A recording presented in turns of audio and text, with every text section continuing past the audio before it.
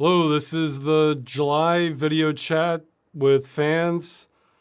Have a few announcements.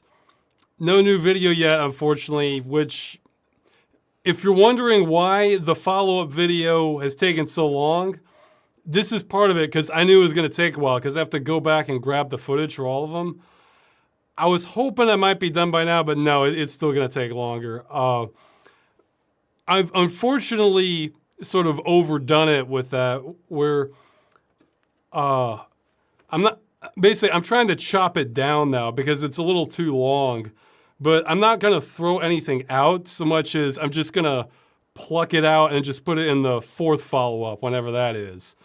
So I kind of did a little bit extra work on part 4, but it's, I'll have, right now my plans for this month are finish the Game Dungeon follow-up next. Then, assuming there's no big problems from me shouting loudly, do Freeman's Mind.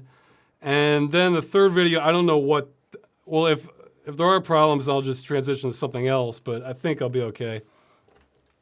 And for third video, I don't know yet. It'll probably either be a Game Dungeon or another video I've been really wanting to get out, but that won't be nearly as time-consuming as the GUI video. Let's see. And I forgot my train of thought already, but I made notes, so it should be all right. Okay. GUI.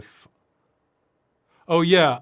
The other thing, I originally wasn't planning on doing this, but after seeing all the feedback, I think at some point I'm going to make a follow-up to the GUI video. It won't be as long, but it'll address some of the bigger points that came up. And I have discovered a few things since I made that, and I'll probably just, it's gonna be far from the perfect GUI, but I'm basically, when I do that, I'll probably just detail my personal plans for the future. And also, I had a few more thoughts about something that might get us closer to a perfect GUI. Well, I mean, perfect, you know, in quotes. It could do a lot more, I think, you know, and be more pleasant to use. However, just because there was one part that came up so overwhelmingly much, and I think this is an example of, you know the term vocal minority. I get the feeling Linux users were kind of overrepresented, like maybe by 10 times, it may be higher, considering like the average number of Linux users versus the commentary. But there was, now there's all sorts of things to discuss on Linux, but there's one point that just kept coming up over and over and over that I'm just gonna give the short version of that now. I'll probably mention it again in the video. Is that I kept seeing so many comments saying, you need to stop using the mouse. You need to just use the keyboard. The mouse is what's slowing you down. You just need to move everything to the keyboard. And I realized my take on it was a little simplistic. I realized the correct answer is it depends on your workload. And I realized a lot of the people who were, the title needs changing, for Twitch. Well, it might be a little too late for that. Let's see if I can I change it midstream? I don't even know how to. On Twitch has changed their GUI a lot on me. Like there were, well, no, sorry, you're just stuck with this title. It'll get fixed on YouTube. It's gonna take me 10 minutes to figure out how to do that. Let's see. Well, here, let's see. Creator. Okay, I'm just gonna click on Creator Dashboard. Does that get me there? No, it does not show me the option to change title from creative. So it's another menu buried within another menu. So sorry, American Werewolf in LA it is, I guess, for the title. I did a stream on that yesterday for 4th of July.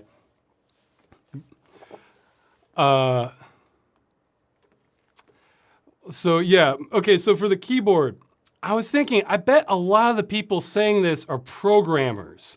Because if a lot of your work, if you basically require the keyboard for a lot of your work, it makes sense to push as much of the workload onto that as possible to avoid switching so much between the keyboard and the mouse. So if you can kind of get through your day and all the different tasks you do, and it's pretty rapid with the keyboard, then yeah, that actually could be faster. overall. I mean, I still think there's some things where it's like equally competitive versus optimized GUI. But here's the thing. For me personally, I do a lot of different things, and my workload in general is multimedia heavy.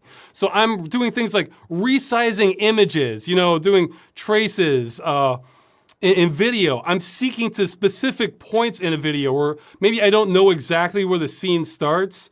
Like, where a mouse, I can just scan right through there and like, oh yeah, there's the point. Whereas the keyboard, I have to be like, tapping to get to the right spot, or jumping 10 frames at a time, or maybe I pass by it if I'm jumping too much. Or, volume balancing. I have to select a specific spot and then just kind of, it's technically digital, but it's sort of an analog process, adjusting how much that goes up. And so I think if we had to swap shoes, everybody's saying I need to get off the mouse would suddenly realize, oh wow, I actually do need the mouse to be faster for a lot of things that I personally do. Now there's more to it than that, but I wanted to just emphasize that part, that like, who edits videos and just does like graphic illustrations and they never touch the keyboard? I mean, they never touch the mouse or like a tablet device or something like that. They're doing it all on the keyboard. Like they never touch that mouse. I'm guessing not a lot of people. If they do and they do it faster, I'm willing to listen, but okay, somebody's saying you're correct. He's in the same editor all day. So yeah, so I think the people who were saying that weren't thinking of like more diverse workloads than just what they're used to. If you're lucky, you can do it that way, but depending on what you're doing. So it makes sense, but then it also doesn't make sense. And also people were, I've yet to hear scenarios where or maybe I'm forgetting some, where just the command line is just far and away faster than a custom GUI. Now, existing GUIs, command line can win in a lot of different competitions. Like, one person was giving me an example of like, say you needed to move like 10,000 JPEGs in a directory, but it's mixed in with other files. Well, I've actually done a lot of that from the Freeman's Mind exporting, for the individual frames. Yes, it is a little bit slower on the GUI compared to command line, I think. However, that's with the current GUI. I can imagine a lot. Well, I think actually in the thread, I detail a way it could be faster, which that'll come up in the video. So I wanted to just, let's see. Oh, somebody's saying trackpad. Well, that's trackpad and the keyboard. You're still using an analog thing. Depends on the level of precision you need, but GUI is inherently slower because it requires rendering. Well, it's, yeah. Well, you know what? I'm one of these people who, you know what? If you're saying that, I hope you're on a CRT monitor, because you're losing some speed by being on an LCD from the delay from the. So yeah, if you're on that level, you're right. You got me there. So yeah, if you're saying, if that's too much of a delay for you, I hope you're on a CRT, because then the LCD is just kind of too slow for you also. Those milliseconds are adding up, But yeah, you have to, there's a lot of outside the box thinking potential out there, I think still. You gotta, admittingly, the video was kind of a mess, but there were so many ideas I was throwing at, so I think the follow-up will make a little more sense. Oh yeah, that was another example just for a command line versus just a front end, not even an optimized front end, but just like present day one. That's why I showed DOSBox in the video.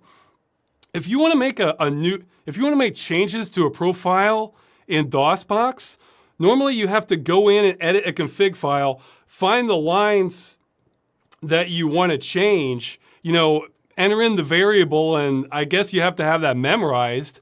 Whereas, in like Defend Reloaded, I just go to the category, okay, drop down menu or a checkbox, tick, tick, tick. I think even on the Windows default GUI, editing like a DOS box profile is faster on the GUI than something like the command line.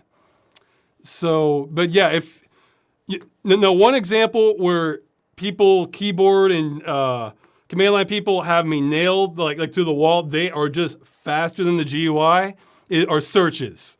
If I need to search for something, I've got to go back to the keyboard. And if you're already there on the keyboard, that's faster. So you've got me there, But I wasn't hearing many examples where, the command line is just faster, because a lot of people were mentioning scripts. Well, you can launch a script with the GUI. That could be a mouse gesture. Just then, bam, the script's done. I mean, yeah, you need a keyboard to make the script, but once it's done, but maybe some people can come up with some examples for that. If you just think I'm wrong, command line's just always faster. So I think the people are saying that maybe haven't thought it through all the way. I mean, granted, I didn't think. It hadn't occurred to me that if you're programming all day, oh yeah, that really would be faster. That because then you almost never need to go to the mouse. So you can't just pass arbitrary parameters to a script with the mouse. Well, what well, it depends on how many parameters. See, again, somebody's not thinking outside the box enough. Okay, so it depends how many parameters. Like if you're talking thousands, yeah, you're right, or maybe 100. Or something like that. But if we're talking like a couple dozen, well, then you could just have that kind of menu that pops up. Okay, so bam, you just do a flick with a certain mouse gesture to activate the script. Then a menu comes up like that pie menu. Yeah, I didn't even know the name. That's what it's called. And then there are all your options. And then so you just go boom, boom, boom, boom. And then bam, you can launch that. See, that's not how anything is set up now. But just to declare this faster, the end, I think it shows that people aren't thinking, like imagining things enough, Yeah, so I was saying I was born outside the box.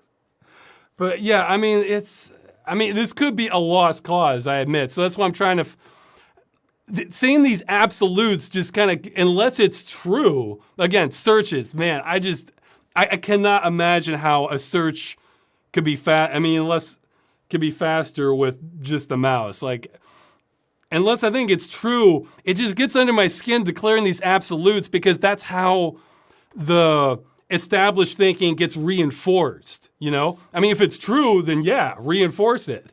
But if no, this theoretically could be done faster, well then we're just kind of holding ourselves back, But okay, I just wanted to get that out of so that way if people keep commenting saying I need to get off the mouse, well, yeah, let's see them edit some videos never using the mouse, or edit images, create a Photoshop or Photoshop equivalent file, not touching the mouse. It's, I lost my train of thought, but it's, I think they weren't thinking for enough diverse situations there. Yeah, I did see some interesting ideas come out of it. Well, I'll talk about them more in the follow-up, but that's probably a couple months out. So if you still have some ideas, you can absolutely send them to me. Or I still don't know what the hell I'm going to do for the start menu. I think I may have to accept defeat on that.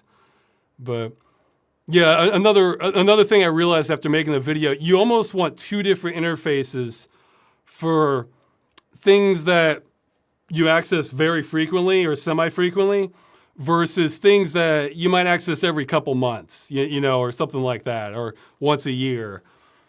Because the start menu is more for that latter, and then you want other methods for the more frequent things. So, okay, yeah. So I'll move on. Oh yeah, another thing related to the GUI video. It looks like I was completely right about the image scaling with the magic cards. There are great image scalers out there, but boy, that texture pattern from scanning the card, from how it prints, that noise just screws up the AI learning completely. So I need to figure, so if anybody has ideas on how to get rid of that card pattern, from a scanned magic card, let me know, because it's a consistent pattern, but it almost looks like these kind of circles, like inverted circles. But man, that just wrecks any AI scaling. Like it just looks like garbage. I mean, if it's a clean image but it's small, then AI scaling's awesome. But man, that pattern on the cards, I did some tests. It wrecks it. So if you have ideas about that, you can contact me too. Well, my email, rosswscott@gmail.com. So, yeah, okay, so I'll move on to the submitted questions now. So yeah, I want to, I'm awful with time predictions, but I want to say almost certainly 2 videos. I'm hoping 3 this month. So we'll see how everything goes. But yeah, and one of them will be big with the game dungeon. The plan is, unless there's unforeseen elements here, for sure the big game dungeon follow-up and a Freeman's Mind. So okay, but yeah, I'm still here doing things. That's the takeaway from this. Yeah, actually, in the follow-up, you're gonna hear some stuff that was going on behind the scenes for one of the episodes that might give people a little bit better perspective on what happens with this stuff. Okay, so yeah, let me jump to the questions now. But yeah, I had to mention that because the Linux people just came out in full force on that. I was right. They like their keyboard and command line. It's just you gotta envision other possibilities, you know.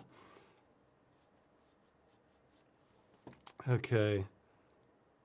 When I lost my okay, where's okay? Here are the questions. I may try to get through them. Yeah, the lighting may not be as good this time. I'll try to have more of the screen showing white on my face to light it up. Yeah, so that's just the monitor light.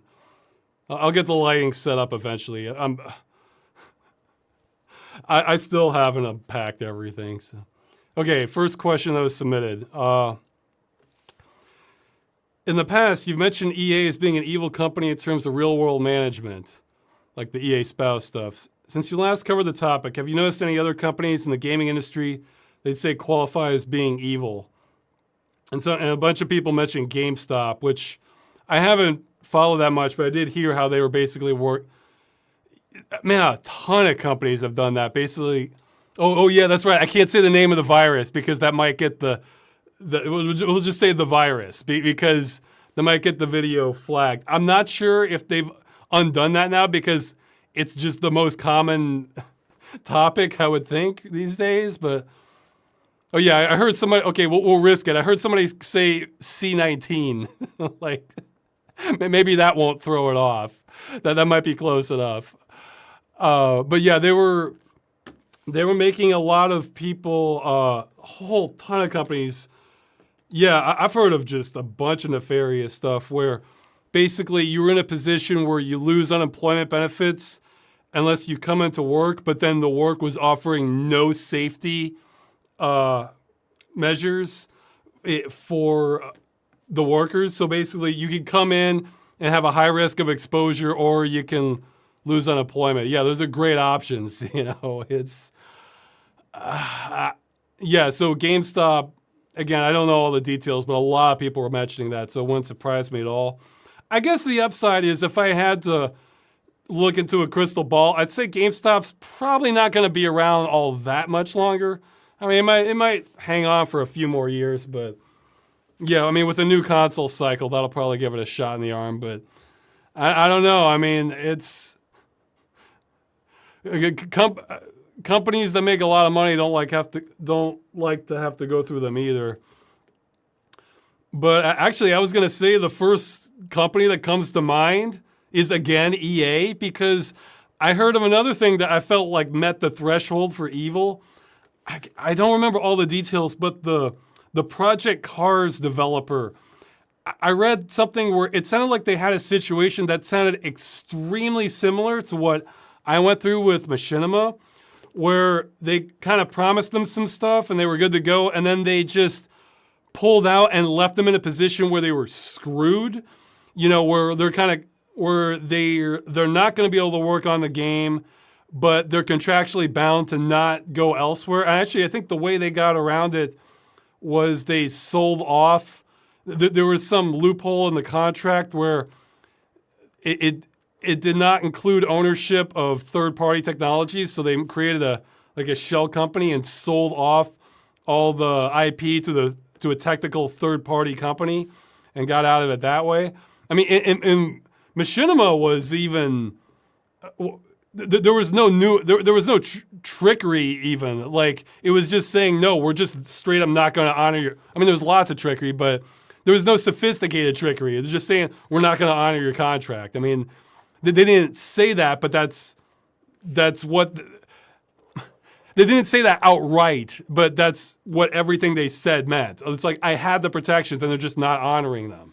And they were just kind of relying on I guess the vast majority of contract people to not challenge them on that. Except for me, this was my entire, work. So I was backed into a corner. I saw this as I have no choice. So I came at them with everything I had, and that got them to back down. But, legally, I came at them legally because I could have said anything; it wouldn't matter unless it's coming from a law firm. They would have just ignored all of it. But yeah, so basically they were trying to just utterly screw the Project Cars developers was my understanding, and just basically kind of just kill it. Because I'm not sure why. I have to look at the details again, but it's like, it certainly had a tone of maliciousness to it, where they're basically kind of trying to ruin these people's careers for no real reason.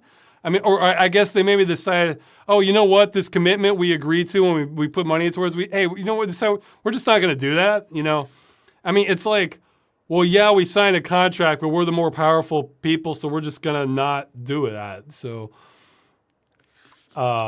even though you've based your careers and even though this affects the careers of everyone around, I see some people were talking about like stuff like with loot boxes. Well, I guess people could argue with loot boxes. I see as more of a gray area. Some people will see it as like 100%. I don't like them, but I guess it's just less. It's less obvious. I guess. Well, yeah, it's more of a gray area in my mind, but yeah, or just where people are talking like do you guys not have phone stuff at Blizzard? That's not evil. That's just you're downgrading your quality as a company. It's like, oh, okay, so instead of your consumer base expecting quality games, we're expecting cash grabs now. Okay, so that's kind of, that's not evil so much as like you're just becoming sleazier. It would be like if Porsche, people probably expect high quality cars from Porsche. You found out they were actually just outsourcing stuff to like some place in China or Taiwan. They were using kind of like barely put together parts and then just selling that under Porsche. It's like, okay. So, they might be trying to market it as, hey, it's a Porsche, but people could see what's happening. So it's not exactly evil. It's just kind of like you're sleazier, Yeah, or people are mentioning Fallout 76. I'm not, again, I have a higher stand. You have to be ruining people's lives for it to, or attempting to, for it to hit the threshold of evil. That's why I say loot boxes are kind of a gray area. It's, I mean, they do, but it's also, yeah, it's a gray area, I think. I mean, I think it comes across as sleazy regardless. So I'll agree with that. But whether it's evil, I feel like that's debatable ground. Okay, somebody's mentioning Tencent. Okay, they had rootkit stuff. I wasn't aware of that. That's been going on a long time. That one's sort of gray area for me because it's like See, it's like you're chipping away at like rights and expectation of privacy, and I guess it depends on what they do with the data. I mean, yeah, they're stealing your data or information, but you know what? It would not shock me if in the end user license agreement it says you know we're allowed to steal your data. You know, and that may not be back. It's probably like the games as a service. It may not be challenged legally, so they can kind of keep doing it. Yeah, I don't know. It's I'm not in favor of that, but again, evil's a high threshold for me. So I mean, just I wish I had better details on the Project Cars thing. So yeah, I'm afraid my most recent example is still EA. I'm looking at more stuff they've mentioned here.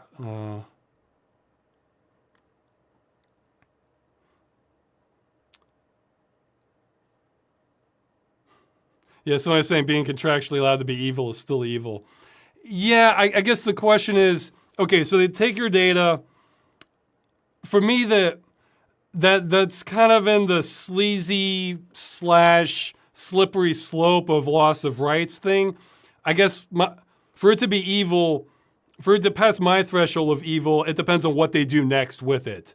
If they're doing that to market more ads to you, that's still like sleazy material. And I completely understand people that just like that is the complete last straw for them. Like I can respect people who are just militant about the privacy issues and stuff. For me personally, that doesn't consciously affect me so much, but I certainly see the vulnerability there. And again, slippery slope argument that I can understand that, but it's like they would have to take that data, sell it to another vendor, and then I'm trying to think of like where the harm comes in, like the real measurable harm. Like and then they're not so good with their security, and then now your credit card's been leaked, and then charges have been made on that, and then you get blacklisted from certain sites or jobs or something like that. See, the thing is, the chain where the evil occurs, it's so obfuscated that you often never really know. So, yeah, well, if it reaches blackmail, somebody's mentioning that, then yeah. It's a kind of an erosion of on things you don't want to see, you know. So, yeah, it's like you have to actually make the connection before you can label it as evil, but the entire system set up to obfuscate that connection, so you rarely know, you know. But yeah, I'm afraid I don't have much of an answer for that. Just the most recent one I remember is EA.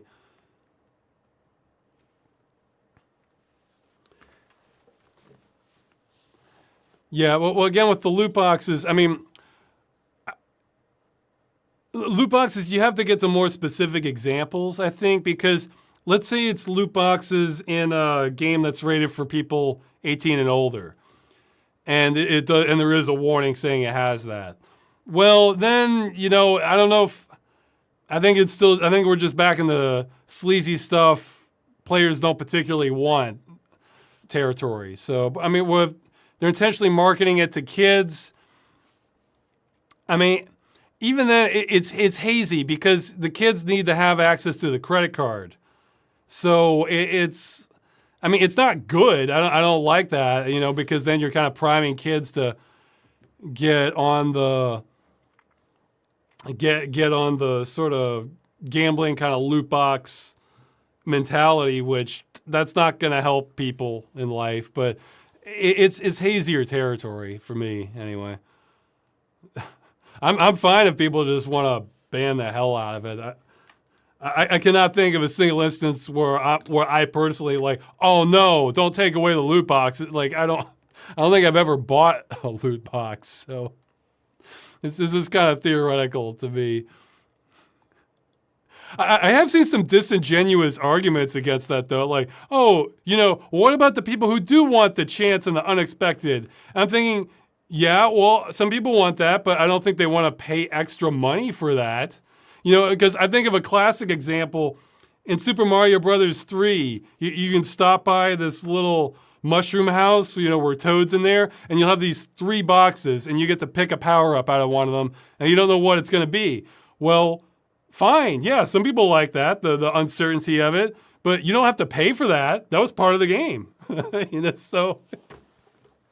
You can't pay for that. If you bought the game, it's there. So that's the disingenuous.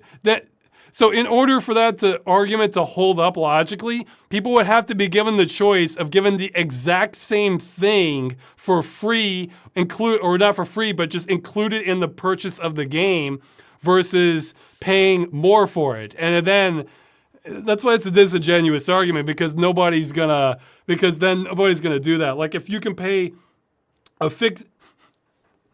if you can pay a fixed amount for your game and have all the loot boxes you'd ever want versus paying for them individually on top of the game price, no one is going to pick the second option. So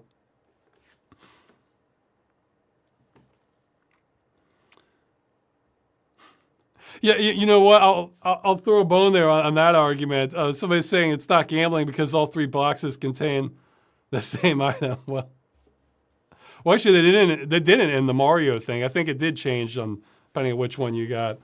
But no, I can actually respect the argument of people saying it's not gambling, because with gambling, you at least get to keep what you receive. Like, if you go to a casino and you win $100 or something, you get to keep that $100 or after taxes, whatever. Whereas with the games as a service argument, okay, let's say you buy an item. They don't tell you how long you get to keep that. Okay, let's say they shut down the game next year. You lost everything. So yeah, it's actually, you have even less protections for you with loot boxes than you do with gambling, I would say, is how. So sure, I will accept the argument that it's not gambling because you're assured of keeping nothing. Thanks. So it's even more hostile to the consumer than gambling. So yeah, I'll. So if we agree this is even more hostile to the person buying it than just gambling, where you can lose all your money on it, then sure, I can accept that it's not gambling. That's okay. I'll go to the next question. Let's see. I almost skipped over it. Ross, over the course of such a long series like Freeman's Mind, how do you make sure you don't accidentally contradict yourself from an earlier episode? Do you keep notes on certain topics, or do you rewatch older episodes every now and then? Well, definitely no to the last part. Actually, watching the only stuff I've been able to actually kind of rewatch and be okay with is, I think, Civil Protection, because it's not all just me. It's kind of just hearing my voice and hearing me talk about stuff. For some reason, it's like pulling teeth for me. I like to avoid it whenever I can. I mean, I watch it carefully when I'm doing the editing, and then make sure once I've done a final preview and put it up on YouTube, I almost never rewatch my stuff unless I have to find something specific, and even then I might get a volunteer to help. I don't know what it is. I just don't like seeing so much of myself. But to answer your question, I guess the reason I might have contradicted myself, but I guess the reason I've been able to pull that off is I sort of have in my mind what Freeman's personality is. So So I just kind of go with the character and I guess hope I haven't contradicted myself too much. Although that can almost work a little bit for Freeman's Mind, because depending on what sort of state of mind he's in, he actually could maybe he's feeling bold in some parts, maybe he's feeling scared in other parts. So it actually works with his personality. Some people do have kind of contradictory personalities depending on what mood they're in. But for other things, I've actually been getting help from a volunteer in particular. I don't think I have as big an issue with contradictions so much as have I said this already? That can be a problem for because I think did I say that before? Like, and I've been so far my record's been pretty good with that, but I've been emailing one volunteer who offered to help with that a few months back, and I've been hitting them up for it. I'll just say, hey, have I said anything like this? Or sometimes I can narrow it down where I might have said that in this, or this video. Other times I have no idea, so I might give some keywords they can maybe search for. Okay, maybe that person's in the chat, Simon. Yeah, that can be an issue, but in fact, I'm probably gonna have to do that on the next follow-up to make sure I haven't repeated myself too much. I think I am gonna have to rewatch part of one of the game dungeons for the next follow-up just to make sure, because I'm just going to expand on something I just sort of cut for time in the original video. So I just want to make sure I'm not retreading too much territory there. So yeah, anybody watching these video chats know I can have a bad habit of repeating myself. So that's why you get a more refined experience in the actual videos. But yeah, I guess I just have kind of an idea who Freeman as a character is, so I just keep working with that. Have you ever had ideas for weapons in a game? I guess not. I haven't really thought about it too much. I'll just, you know, it's more, here's the thing. I realize what it is with weapons in a game. I notice that when they're weapons I like, or no, I don't really think about it so much when if the weapons are competent and they're good and they get the job done.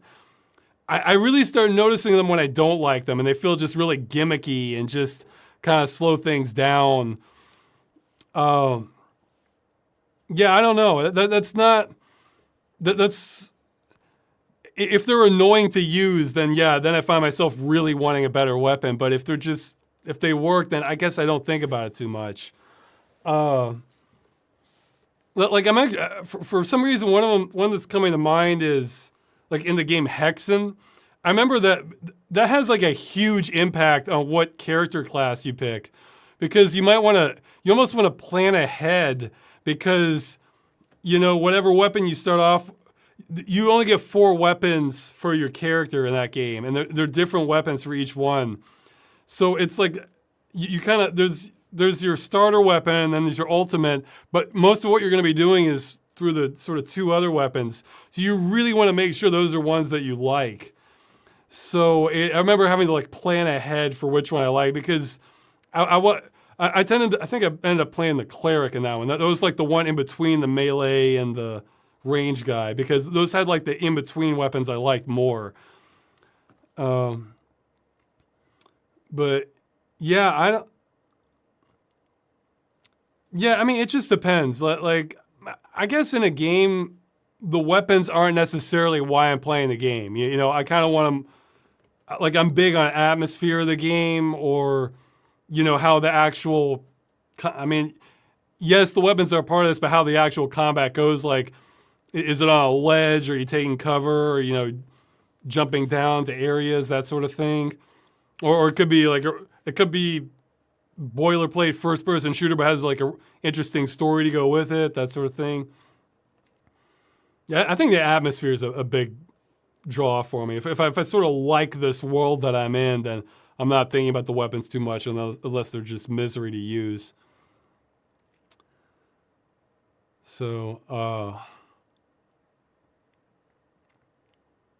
okay, somebody's saying, when enemies are somehow resilient to bullets and become bullet sponges because your skill in weapons isn't high enough. Well, no, I don't like. Well, if it's actually my skill in the weapon, no, that can be kind of neat, because, like, let's say there's like a small weak spot that you take him. It's like this big Hulk guy, and you just take him down one shot if you do that. Otherwise, it might take a few shots to bring them down with more conventional weapons. That can be okay. So it's kind of your skill, like, can you aim for that spot? Or, although that's kind of tricky though, because you don't want it to be too rote. Like maybe when it's convenient, maybe if they're at a medium distance, you can take a shot at that. But if they're up close, they're going to come at you so frankly, there's no way you're going to have a chance to pull it off. So, yeah, I don't know. It can vary. This is one of those questions where I don't have good general answers, but if I see specific situations, then I can have a better grasp of what makes sense or not. Oh yeah. Oh, what do you make of the crunch and workaholic culture that the game industry seems to have an issue with? Do you think it's worth it if the finished product is mostly considered amazing or utterly unethical either way it turns out? How would you fix it if you consider it a massive problem? Yeah, okay, well the first part, is it worth it? I'd say almost certainly not. Because basically think of your favorite game and then imagine, would you still like that game if it came out 3 months later or 6 months later or something like that? I think most people would. The exception to that, I'll grant this, is let's say it's a real budget production. You had your plan, but it's fallen apart. You were running out of money. So pretty much this crunch is the only way this game is even going to get made. So in other words, if you don't crunch within the next month or two, then that's it. The game's just never going to get finished. In those situations, I can see it's still kind of a failure of planning, but I can understand where, we might be considered worth it because it was either that or nothing at all. But we're talking about,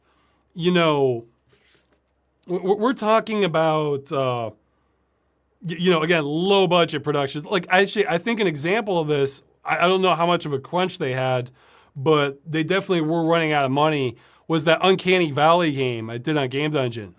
So that's a low-level indie game in terms of production value. If you're a company that has millions, no, it's not worth it. However, and that gets to the second question, how would you fix it if you consider it a massive problem? Okay, so I'd say right now, if it's a publicly traded company, you kind of can't fix it because the whole systemic structure is set up to encourage that behavior. The only way you could fix that would be if there was a boycott every single time that happened. That's never gonna happen. Yeah, actually, something I left out of the Games as a Service video about boycotts. The reason I was so pessimistic is, somebody saying like, Ross, what? It sounded like it was kind of insulting. Like I don't have faith in gamers. It's like, oh no, I have faith in gamers to do a lot of things. I don't have much faith in gamers to not play games. So. I think that's proven time and time again to not play good games. I don't have much faith in gamers to do that, and I think the history backs that up. So yeah, guilty if you accuse me of not having faith in gamers to not play good games. So if it's a publicly traded company, see, here's the problem. Let's say there's a highly successful game. Let's say one of the Grand Theft, or I think like the latest Red Dead Redemption, like had a major crunch. Okay, well that was probably a bestseller, right? So So the shareholders from the company, for a publicly traded company, see that, they're like, okay, that was incredibly successful. It had a lot of crunch and we made a lot of money. And it was great. So this formula works. People bought the game. They buy the sequels. So now we're going to, because we can get more work out of our employees for less money, we're going to keep doing this because at the top, again, for a publicly traded company, my understanding is it's the fiduciary duty of the CEO to maximize the profits for the company. And this is how they maximize the profits because,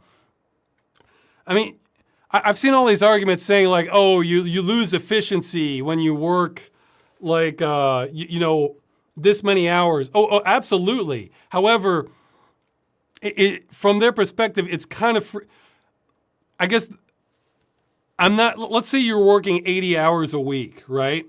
Your efficiency is going to be garbage. You're doing that week after week. However, it might still be higher than 40 hours a week.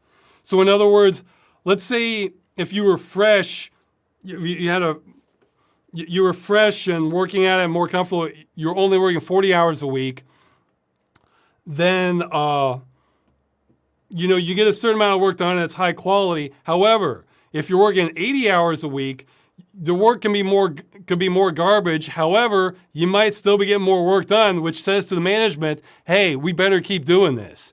Especially if you're on a salary, because then overtime laws don't necessarily apply even.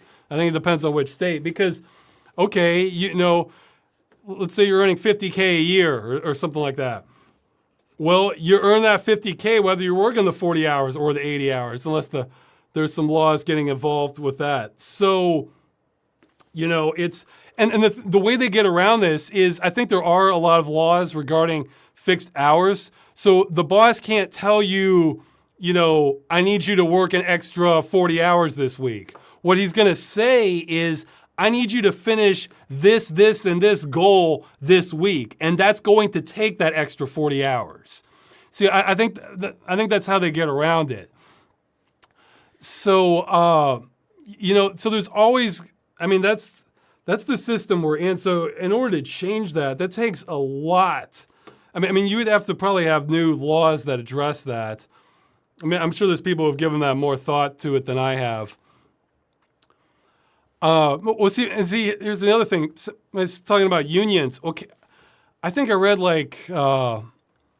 something like 10% of the workforce right now is unionized. But even that, maybe. See, unions are a maybe because, okay, let's say there's a union. They'll tolerate the management. Again, the CEO, their job is to just maximize the profit. And unions mean less profit going towards the shareholders. So they need to come in and, so they're going to try to shut down the unions if they can. But let's say a union gets up and it's going. Okay, if they do that in the middle of a project, you know what? They might cave to the union and make all these agreements. But the next project, they are going to just fire everyone and just bring in scabs, essentially, until they can get back up and rolling again. And then put in countermeasures to discourage further unions from. So yeah, a union might be able to hold certain games hostage because they're in the middle of production and there's say 6 months until they ship. Okay, fine. It's going to be worth it.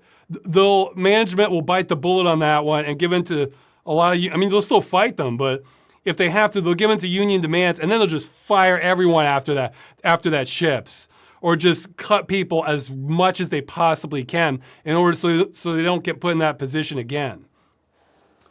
Let's see. I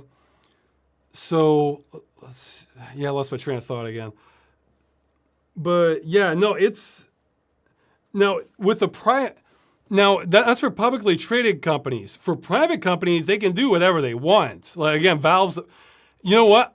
Valve probably isn't feeling too much crunch given their release rate. Valve may have overcorrected a little bit, but the thing is, not all companies are Valve, and I guess with private companies, the option is there. However, it could still be the company culture that the people at the top who have ownership, they said, you know what? I think I do like making more money, so we're just going to keep engaging in the same practices. So it's not a protection against this at all. However, at least it's not almost impossible, I guess is the difference. But yeah, with publicly traded, because it's just going to keep at the top, it's just that's all it is just dollars and cents, basically. It's just kind of moving a product. And all these other concerns are kind of secondary. So how would you fix the problem? I'm not sure how you would do it aside from just changing the economic structure entirely. And man, that's a whole can of worms. that's even more complicated than the GUI for me. I'm not sure where to even start on that. So yeah, this is, you're sort of seeing a manifestation of a larger system going on here with the crunch culture. So it's maybe, I guess, okay, I guess the only halfway okay, I get the less radical measure, which I still think might be almost impossible, but maybe it would require, if you could pay off enough senators or representatives, you could do this. I mean, not exactly donations to their campaign, I guess. You can maybe get laws that prevent this dynamic from occurring somehow. I'm not sure how you would do that though, because again, I just described how they get around overtime laws. You know, they pay them on a salary, and they don't tell them to work. We need you to come in. They don't even tell them you need to come in on Saturday or Sunday or whatever. They just say, we need this by the end of the week. Oh, you haven't finished that yet? I guess, well, we just need you to finish this, you know? So it puts the onus on the employee that they realize that they have to do that if they want to keep their job, you know? So, well, yeah. Again, this, I think, again, I'm sort of repeating myself from last time, but this is another area where basic income, if it was protected, could help. Because again, I still think in the short term, I feel like we need a basic income yesterday, given the current circumstances that are going on. In the medium to long term, I think it needs a lot more to protect it. Otherwise, it would just be kind of like running in place, and except with less resources at the end, too. But let's say it's protected so that like your rent doesn't just keep going up to match whatever basic income is, that sort of thing, or cost of living. If there were protections that could be put into place for that, then that wouldn't necessarily solve it. However, then at least management may not be able to like dangle your ability to survive over you for coming into work. Again, this stuff usually isn't overt. It's kind of implied. Like, oh, okay, well, let's say you only want 40 hours, you only work 40 hours. And so you didn't meet the goal that we set for you that really kind of requires 80 hours. Well, okay, so we're just gonna fire you based on you're just not meeting the goals that you agreed to in your contract. You know, so now if you, basically, you have an incredible amount of freedom if you know you're gonna be able to have a roof over your head and, you know, buy groceries if you leave your job. You know, vast majority of people don't have that kind of freedom, or you're into uncertain territory. You know, if you don't have that. So it's yeah, I've been keeping up with the chat here. Yeah, I mean, it's a complicated problem, but and even then, that wouldn't solve it but it would give people options, I guess. But again, I still stand by, I think basic income would be incredibly vulnerable in the long term without further protections. So it's not just like basic income, we're done. You know, no, it would, because those same forces that are worked now would be trying to get a piece of that basic income, or so. Companies will find any way around legality. Yeah. See, okay, yeah, that's actually a good point, because okay, let's say the software industry banded together and came up with like a protection against, let's say if you're on salaried income, you can't be forced to, you can't. Yeah, no, see, I'm having trouble even coming up with a law that would prevent the current system from them doing this. Because sometimes, like, what they do is, like, if you work more hours, too, then you're kind of credited for vacation time, you know, time off later. So, but then the company goes and lays you off after the project. So, yeah, here's your vacation, you know. I'm having trouble. Okay, but okay, that part's not even important. Just pure theory here. Let's say we come up. Let's say like the software industry banded together and came up with a new law that would just prevent crunch, right? Okay, so they managed to get that law. They managed to have a lobbying firm and they get that passed through. All right, I can't even imagine what the law is. That's how difficult this is. But let's say it's possible. Okay, so that's in place and things are hunky-dory for a year or so. Guess what management and the shareholders are going to be doing? Well, they're going to be pumping money into their lobbyists to undo that or create new exceptions to that. So it's like, even when you win, it's going to be undone by whichever force has more power. So, I'm not sure how you take care of that without a much bigger systemic change. So yeah, it's not good. I guess again, it won't solve the problem, but it'll, I guess, prevent some of the damage. Is just also just if you're interested in games at all, just don't work for these companies. Like, don't work for major companies. Get some people together and do a Kickstarter, because at least you can.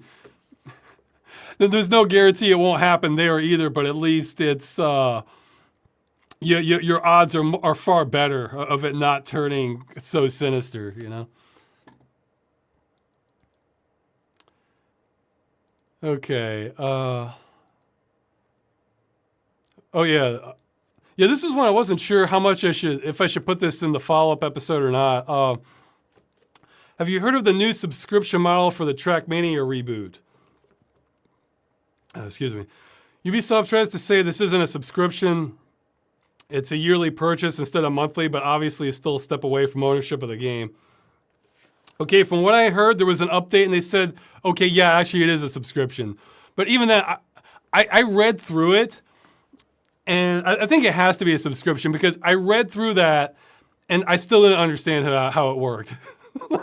So I figure, okay, if it's that obfuscated, it's probably not in the player's favor. I'm just going Occam's razor here, you know, because if it was simple, they would just say it and then you'd understand what it is. So because you used a lot of sentences where it reminded me of the law, where some sentences, it can have two different meanings depending on how you read it. You know, it's like an example is, let's say, like games as a service. Let's say it's like you may keep your game after the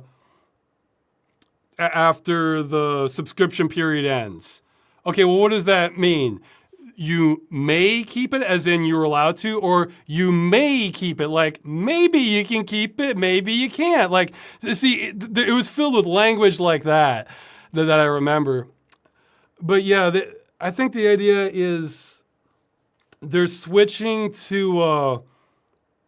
Yeah, right now the way it works with Trackmania is you buy a Trackmania game, you get to play all those tracks.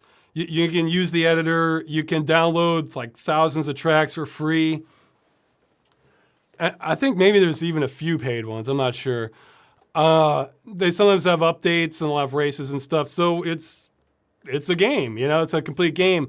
And they're trying to transition it to like a free-to-play thing where there's like a roster of tracks you have available to that rotates if you're a free player. And then you pay. We'll just assume, I don't know the details even because I couldn't figure it out. You'll pay a subscription fee, and then for like a year, you get access to more tracks and the editor and maybe something else. And then at the end of the year, you lose access to that, I guess. That part wasn't clear to me. So it's pretty much, from a consumer's perspective, it's pretty much a clear downgrade. So see, it's kind of a losing battle, really, because they offered a complete product that people wanted in the past, and they're trying to go to something where you just get less. And I guess it's all right for free people. Actually, it reminded me a little bit of Quake Live, Because Quake 3 was released, that was a full game, and then Quake Live came along that's basically Quake 3, except it had a different pricing system or something. I don't know. I mean, it just, basically, if you're interested in if you are super interested in the new Trackmania, my advice to you is just buy Trackmania Stadium. Because, okay, maybe there's some differences. I looked at the trailer. I couldn't tell the difference between it and Trackmania Stadium. I'm sure there are differences, but I'm someone who's played a lot of Trackmania. I couldn't see the difference. So, however, yeah, I mean, they've kind of put themselves into a corner. It would not surprise me if this was like a top-down decision, like maybe this wasn't Nadio's decision, but it came from Ubisoft saying, hey, we need something like this to bring in more money. Because I feel like I guess like the argument I've heard is they kind of need the money to keep going and develop the game. Okay, that's a legitimate argument, except that, how have they gotten this far?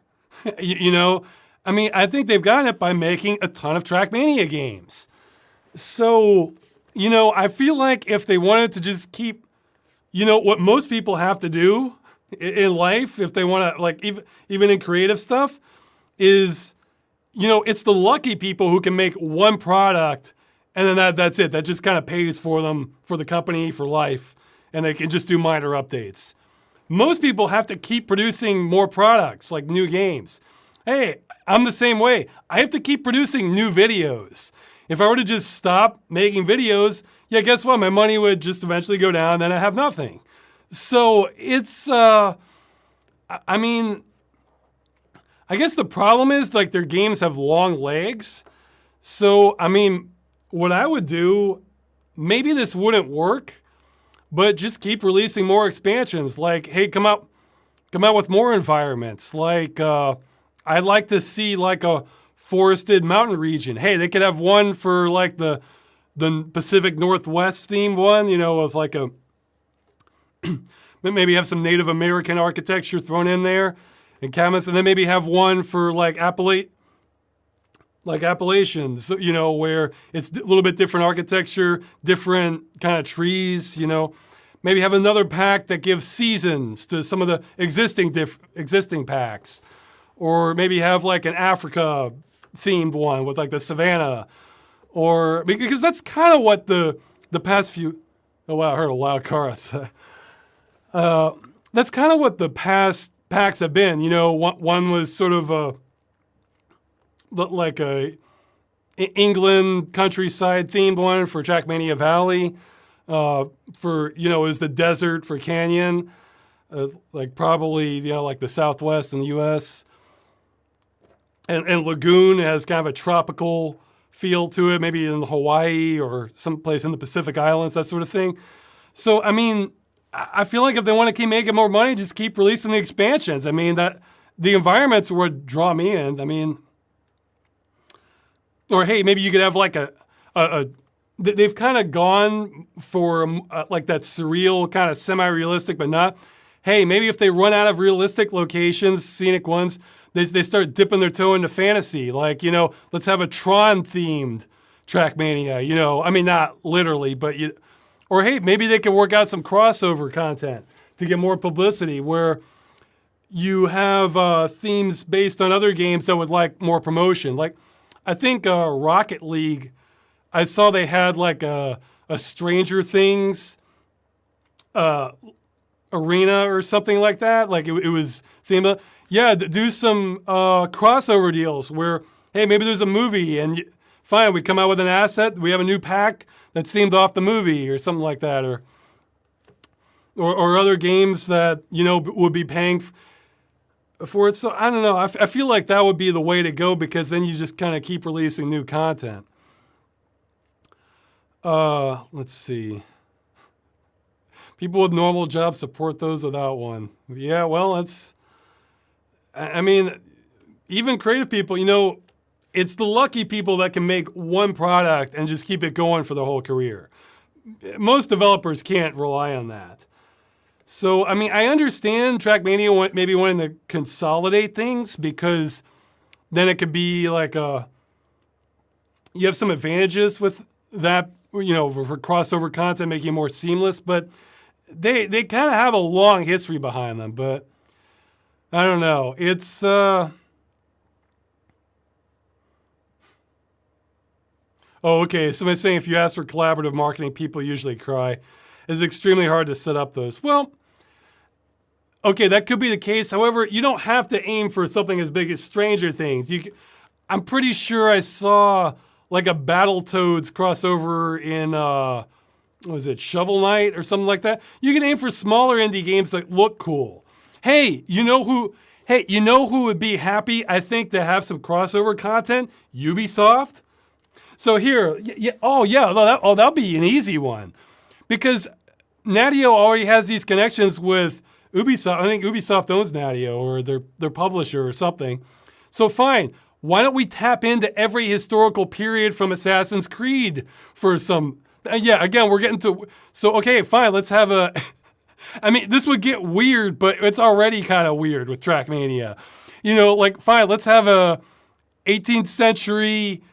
colonial America racing game, fine, keep the cars, just whatever, or actually, I think, what was it, Trials, the game, they had a crossover with Far Cry Blood Dragon, so you can tap into Ubisoft's existing IP and then just keep coming out with expansions themed on that. So yeah, somebody's saying Amish kart racing.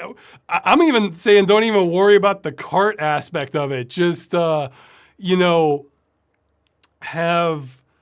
like what, the newest ones coming out in Viking times? Fine. We have a Viking themed, this looks like Norway or someplace.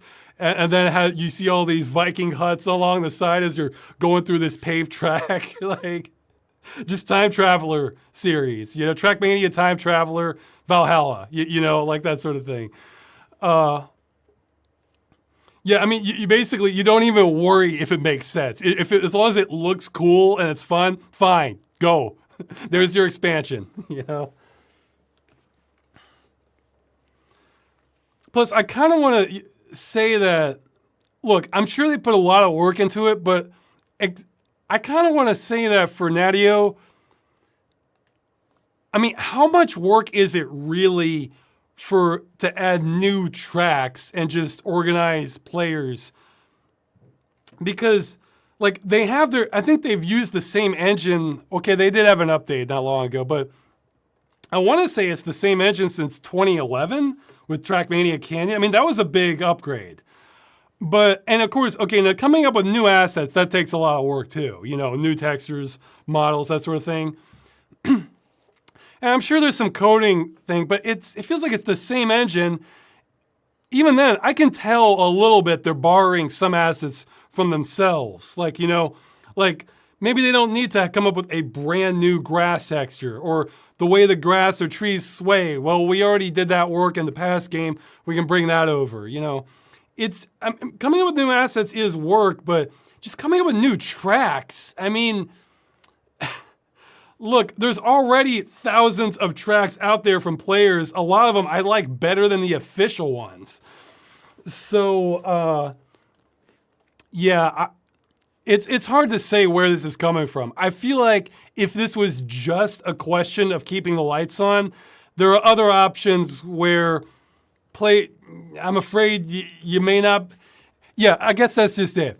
If you're having trouble keeping the lights on, for the business, then, and the only way you can think of to do it is by switching towards a more money grabby approach, you're kind of playing with fire. But if you actually do have enough income to turn a profit with expansions, then you kind of just have to suck it up and keep making expansions if you want the company to survive, I think. So that's now if they're not profitable, then I mean, it's tricky. I feel like that's the wrong approach too, because Look, when I made that Trackmania episode, I literally hadn't realized Trackmania Lagoon had come out for years. So why didn't I hear about that? Now, again, marketing takes money and that's hard, but you should be reaching out to some more YouTubers. I mean, not me necessarily, but, well, no, definitely not me. I'm not good for marketing, but reach out to people who play a lot of variety of games. You know, that's a lower cost item, you know, that if you think they might like that. So, you know, smarter marketing might make up the difference and more, you know, and it might not be that expensive. So, yeah, well, maybe I'll repeat some of this in the follow-up, but yeah, that's my thought on this is this isn't going to make people happy, and it's kind of playing with fire. Yeah, and if you really like Trackmania, just go buy a Trackmania Stadium. I mean, the new Trackmania.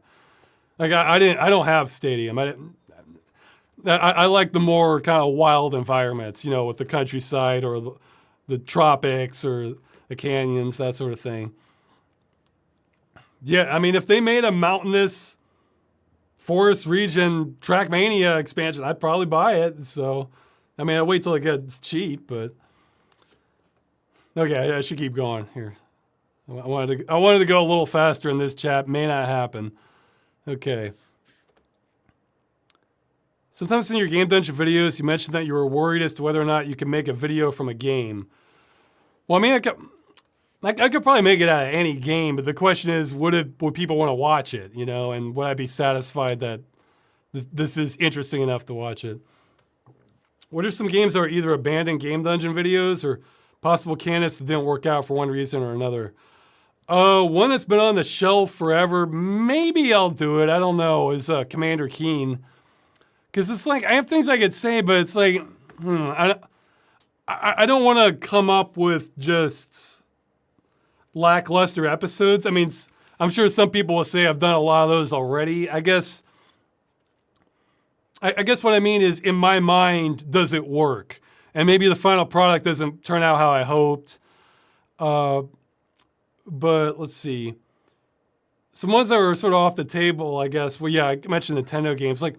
But let's say I didn't have to worry about copyright issues. Something like Super Metroid. I can't think of what I would say that... I could say a few things that maybe others haven't, but... Well, actually, Subnautica's sort of like that too, where I thought it was a great game. I don't know how much I could say that people haven't said already. I mean, I would have a little bit different spin on it, but... Whereas others are just yelling at me that I have a different spin on it. So I figure it's better to go with those because then at least people have a different perspective.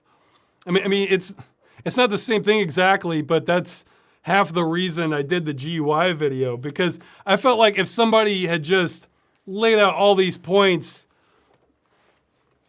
probably in a better way than I could have, then I might not have made the video, because then I could just like, oh, okay, so what did they do to solve that? Or here, what are people saying to this? And if people weren't saying that much, I'm like, oh, okay, I guess I'm on my own then. So I need to finish Normality. Yeah, somebody's saying I love it to do a Game Dungeon. I was liking it. I think I just got distracted, and that's one I haven't played in years, but I mean to go back to. You know, now I'm curious. I'm going to check to see if I have my save files. Let's see. I guess it'll be under Adventure. I may not have the save files. Okay, well, I wasn't super far into it.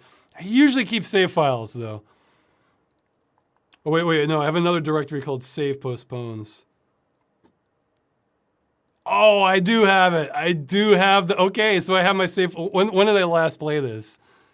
Oh, wow, 2011 it looks like. Okay, so yeah, I'll pick it up.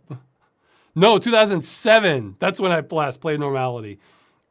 So that's how bad this gets sometimes. It's like, but see, you know what? Normality, it earned the right for me to come back to it. It's like, yeah, I was liking it. I kind of want to go back to it.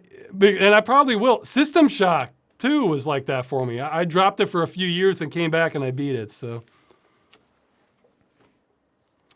All right, so yeah, keep going. But yeah, I don't have a lot. It's just, if it's I guess the thing is, if it's a game where I kind of agree with the popular consensus on the game, or I don't have strong thoughts about it, then yeah, then it's probably not a great Game Dungeon candidate, because why should I say something everybody's already heard before? Unless I just have all these wacky tangential thoughts, then sure, I'll make a video on it, because it just sparked other thoughts for me. So, no, but because then I may not have anything new to say, but I could about the game itself, but I could dress it up in a way that like I'm enthused about the game or have just different thoughts. Okay, blah. Brain's melting here.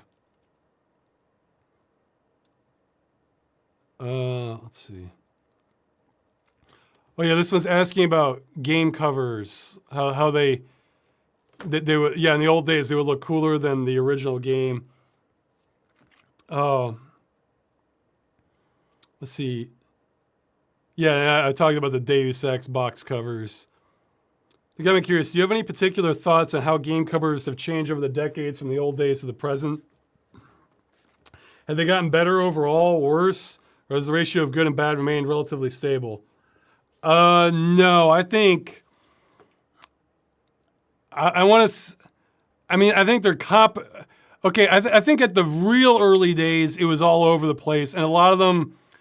I think you have more sensibility of graphic design now than you did in like the real old days, like the 70s or early 80s, or yeah, like Mega Man, the U.S. version of Mega Man is like an infamous example of that. Where yeah, that's not such a great game cover. However, I think it's on the whole, there's a lot less.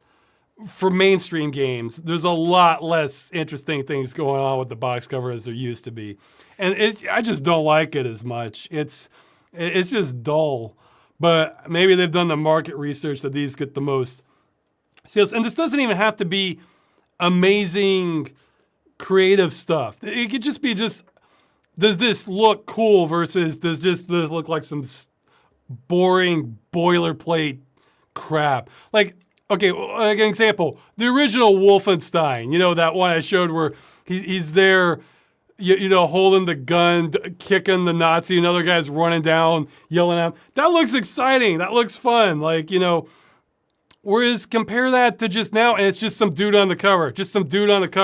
It's like, I mean, hey, Cyberpunk 2077, it's probably going to be a great game.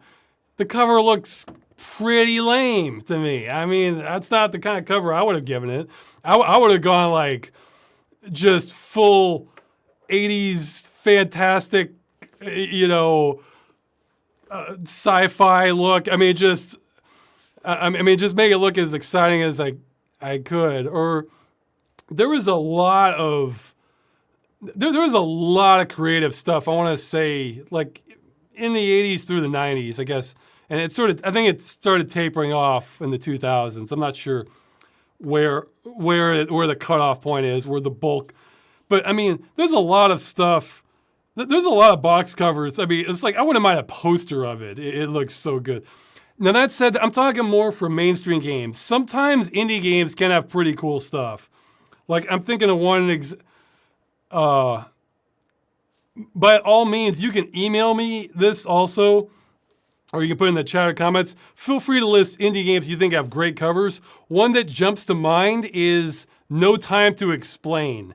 Go look up the made up box cover for that. That is awesome. Like I see that I'll tell you what, I'll link to it in the description. Let me make a note here. So yeah, No Time to Explain. I see that.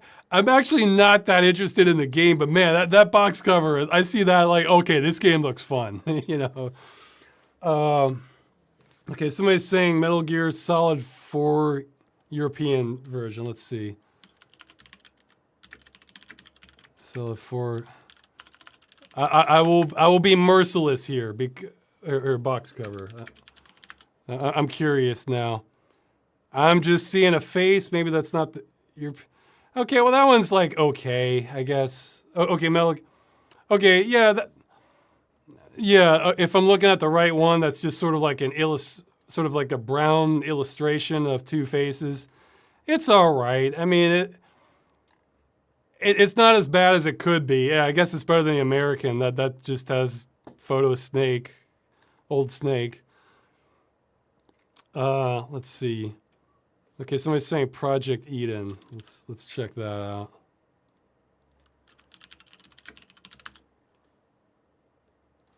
Game cover. No, I mean, if it's something I would want to have a poster of, yeah, Project Eden looks interesting. That looks. I mean, that's a little more abstract, but I mean, if I saw that in a store, I would want to check the back of the box. But I mean, some of them can, like, you have like sort of these montage of different things happening. That was popular in like adventure movies or sometimes comedies in the 80s. Others just, it's just kind of like a cool sort of artsy landscape. Again, other things are simple things, like again, like Wolfenstein 3D. You know, I mean, it's just a well done, it looks like a lot's happening in that scene, you know? I mean, that's not high level, highbrow art by any means, but it looks neat, looks exciting. Okay, and somebody's saying near Automata, if I'm pronouncing it correctly. Let's check the box cover. But yeah, I mean, there was all kinds of cool ones from, yeah, it's all right. I don't know. I'm seeing some people striking a pose and with some ruins behind them. I guess, you know what, it might depend on your personality. Okay, well, here's a different one that looks better, where it shows a reflection of the main woman, and it looks like a different person in the reflection. I think Fable did that too. Yeah, so that one looks better. Yeah, I like that one. That one's more interesting. Okay, so Gothic 2 Night of the Raven.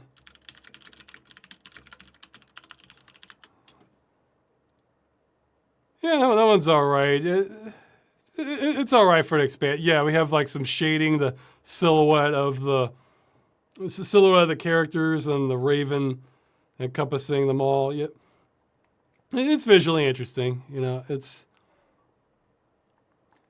but man, some of the old stuff's just art. I mean, I'd love to go through some more of it sometime. Maybe, hey, that might be a future source of well. I guess that's the problem, is I might want it without the titles. I might just want to have the art.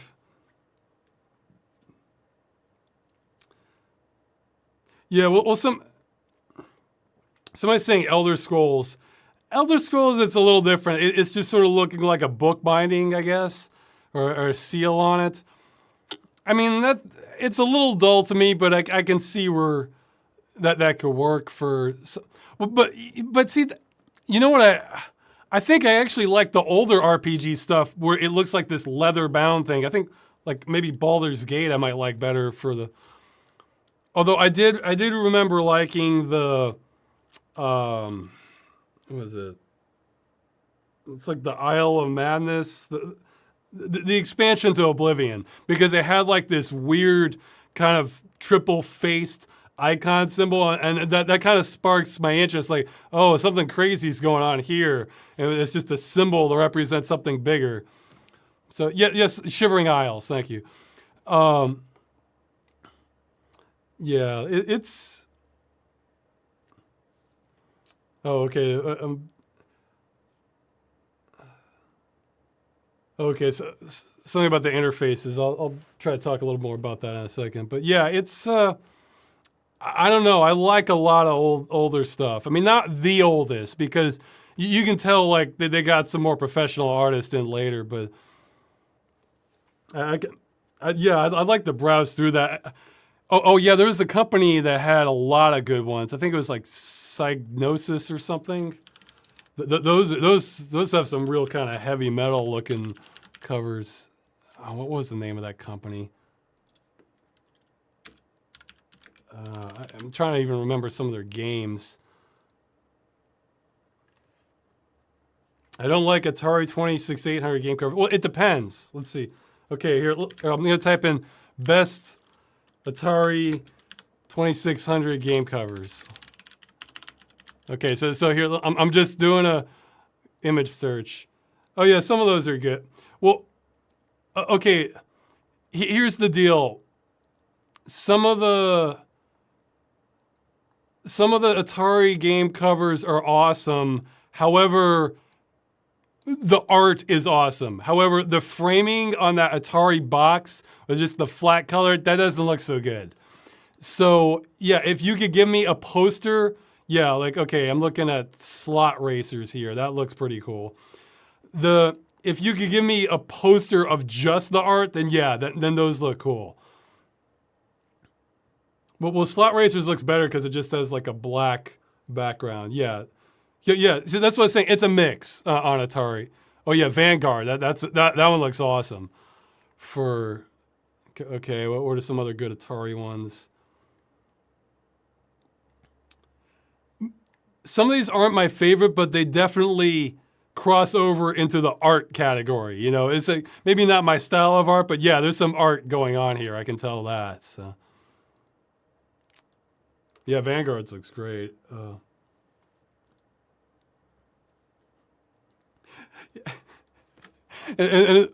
And sadly, basic programming appeals to me. The box cover for basic, because it looks like this sci-fi kind of like high thought level stuff, you know, not with lasers, but like we're getting into like weird technology concepts that you can't easily express on a box. Yeah, so don't worry. I'm not hating on Atari 2600 art. But it's maybe the graphic design a little bit, like the layout I would have changed on some of these a little bit, but no, the art on these is great on some of them. Yeah, and Commodore is just like a endless rabbit hole of interesting art. So yeah, I don't know.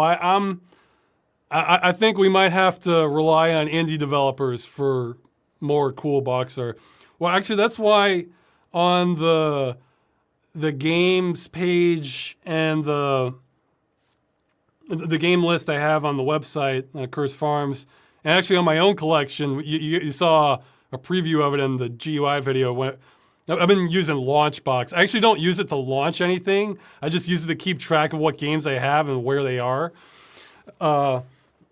It's all by screenshot because the covers, the game can be great, but then the cover is just real uninspiring. Or, hey, maybe I love the cover, but I have no interest in that game at all. Well, then I feel like I'm missing out by not having the cover up there. So, yeah, no, I wouldn't mind browsing through some more cool game cover art. Well,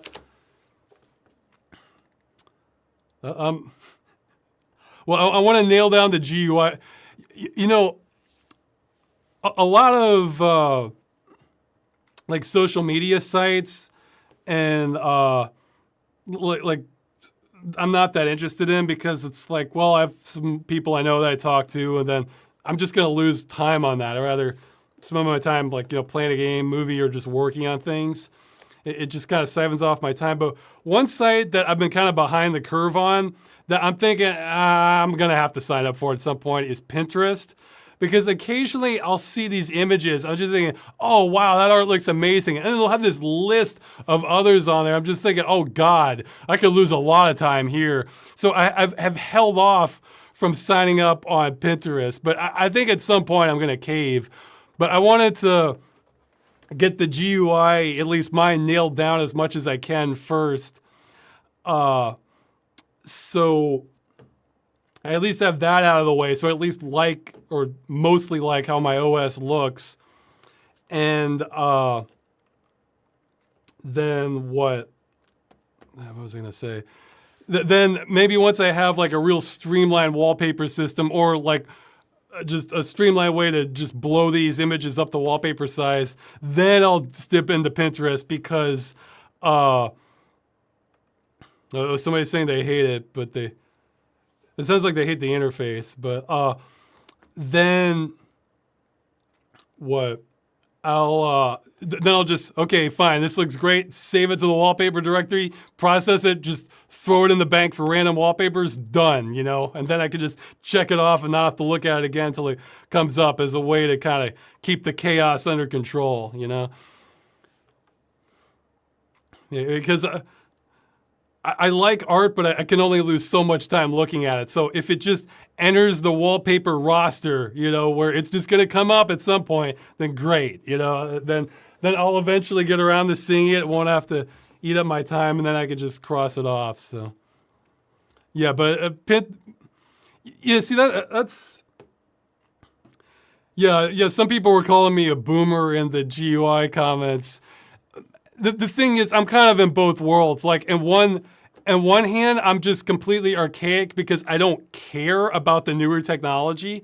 Like, again, with like a lot of stuff with like on mobile phones, or again with social media, and so it's just like whatever. Whereas I'm on the other extreme where I'm thinking, no, what we have now isn't good enough. We need something even better in the future, and you're gonna see that in the video. You're going to see a lot more of that in this video I'm really wanting to make. That the only reason I'm not making it right now is because I know people want more Game Dungeon and Freeman's Mind. So I'm just kind of in both worlds where I don't care about some new stuff and other stuff. Or yeah, with VR, I want to go even like the next step with that, with the 360 treadmill, and just bring over game worlds into that. So I'm ahead of the curve, if anything. So I'm both behind and ahead of the curve on things. So, yeah, it's somebody saying I'm from Gen X. I think I'm a little too young for Gen X, though. Yeah, I'm either like I'm like a little too young for Gen X. I'm like at the very old end of the millennials. So I don't know, but yeah, I mean, pretty much everyone older than me is Gen X. So it's so Pinterest is one of those where I'm thinking, yeah, this is new, and yeah, this looks like it could be pretty awesome. So whereas I can say in full honesty, I don't know what even I'm sure I could find out in 2 seconds, but in full honesty, I don't even know what Instagram and Snapchat are for because I don't care. It's sharing pictures or stuff. Whatever. I don't care. I'm spending my time on other things. And even then, I was kind of late to come to Twitter. I think the only reason it shows the Twitter on as long as it is because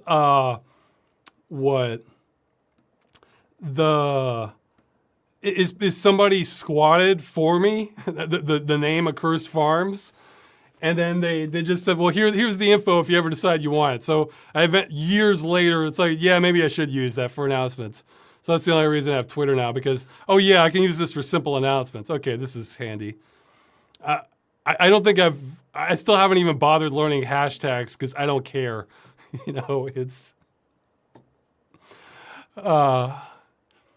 okay, so should move on with questions. Let's see. Oh yeah, I lost my place because I was looking up. Oh yeah, okay. Get box covers.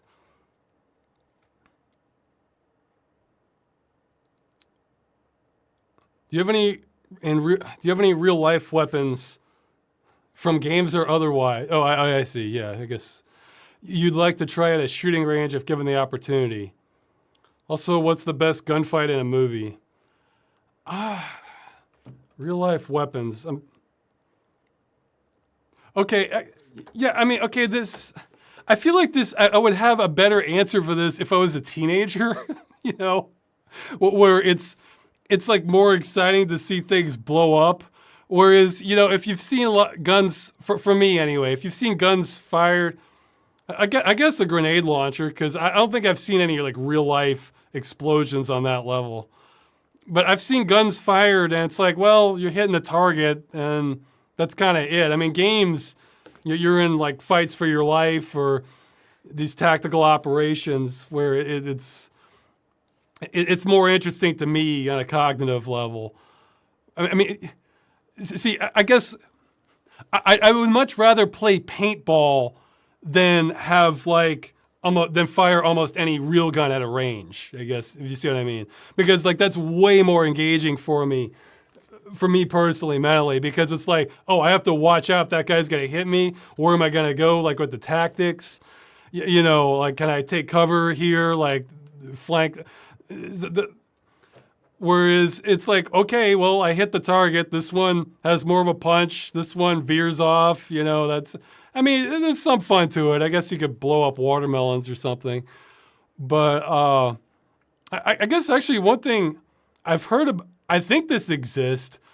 I've heard of like a riot foam before, where it's something where if like, say you have a bunch of rioters, and you want to like stop them in a non-lethal way.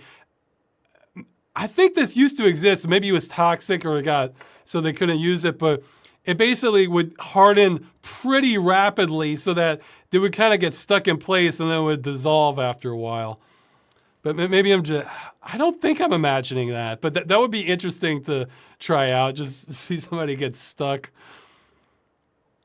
And again, I guess seeing an actual explosion, but not, I don't know, I mean, it's kind of like, I see them as sort of a means to an end, and if the end's not that interesting to me, then I'm not as interested in the guns personally. But yeah, again, I think I would rather just play paintball than have them be able to fire any gun, because I feel like I would have better stories, be more exciting experience, that sort of thing, than a firing range. No, you don't dissolve the rioters. The foam dissolves. So, like, yeah, that would be pretty. That would be pretty horrendous if it was like acid that dissolved rioters. Yeah, that would be incredibly sadistic. The other question. Okay, I'm at a disadvantage here for this question because I haven't seen most John Woo movies, so like I haven't seen Hard Boiled. So keep that in mind when I'm answering what's the best gunfight in a movie, because it could be one of those. For my tastes, I think I'd have to go with Heat. The shootout in that movie is just amazing. Like just from it's where things go wrong. It's amazing from a tactical perspective. It's just incredibly suspenseful and exciting. And it just keeps going from one situation to the next. I think Heat would be, somebody's saying that people wear hearing protection for paintball. I would be very surprised if people wore hearing protection for paintball. It's just pop, pop, pop, pop. It's not just like a loud clicking. It's you don't need hearing protection for it. If you wanted to, okay, I'll give three of some of my favorites, I guess. So I think my all-around favorite would just be from Heat for movies for gunfight. If you want to go more just a toned down and suspenseful angle, I think one of the best would be No Country for Old Men. That's really just very few people involved in the gunfight, but it's very suspenseful, and involves a lot of moving around and the thing. Losing my words here. So that would be like the other end of the spectrum. And then if you just want to go for like a more over-the-top fun gunfight, there are ones more over the top than this, but I thought this was just like for a fun gunfight. This might be one of my favorites. It's one of the opening scenes to the movie The Big Hit with Mark Wahlberg. His character does some impressive stuff in that movie, and it's interesting. Great music going with. Oh, okay, here, another one, sort of a runner-up. I don't even know which scene because the whole movie is like this. Hardcore Henry. If you like gunfights, you will not be. If you like gunfights, you will not be disappointed by Hardcore Henry. Let's see. I'm trying to think of. I like ones where like the characters have to improvise a lot. because everything's just, they're unprepared for it. And so maybe they have to take cover you weren't expecting, or do other things to buy themselves time while they're reloading, or real frantic situations. Those are my favorite, I think. Let's see. Yeah, but I remember I watched The Big Hit with a friend of mine, and he was saying, I remember one of the comments, he said, "Did Mark Wahlberg used to be in the circus?" Like, what was, though he probably had well, with him, who knows, but I think he probably had a stunt double for the scene he was thinking of, where he starts, he has two guns, he has like akimbo pistols, and he's rolling sort of horizontally down railings of these two stairs, trying to get away from the guys he's fighting. So it's,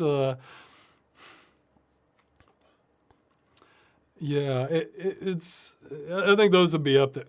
I realized I haven't seen the movie Shoot 'Em Up, because it looked, at face value, it looked a little too stupid, but maybe I have to imagine they have a decent gunfight in there. So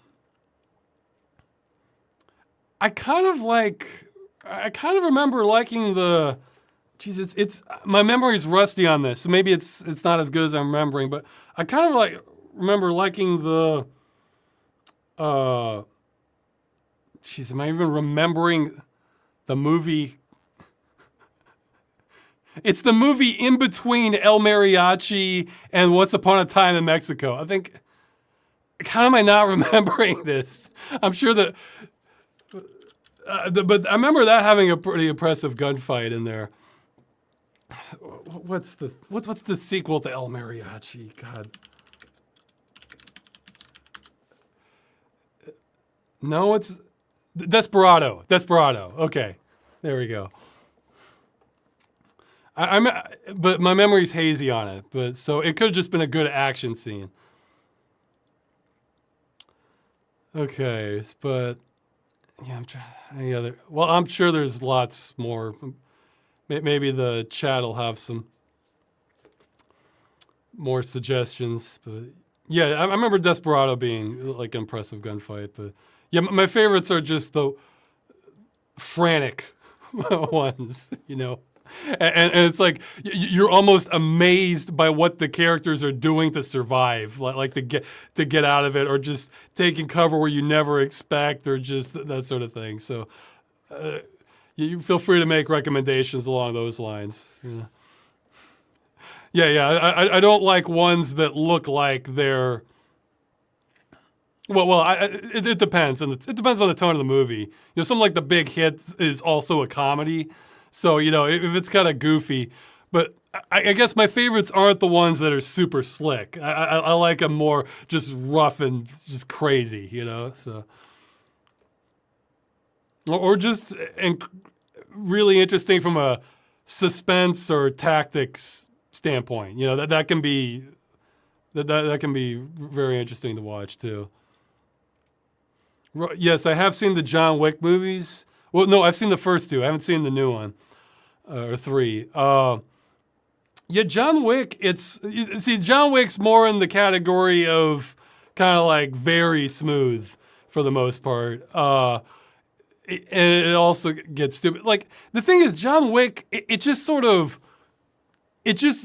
when I think about those movies, I think like the action just kind of blurs together in my mind, and I barely remember like specific action points into it. Like, my favorite scene in John Wick 2 was when he's seeing all these specialists to get his equipment and intel. Like, he's getting these special clothes that are bulletproof.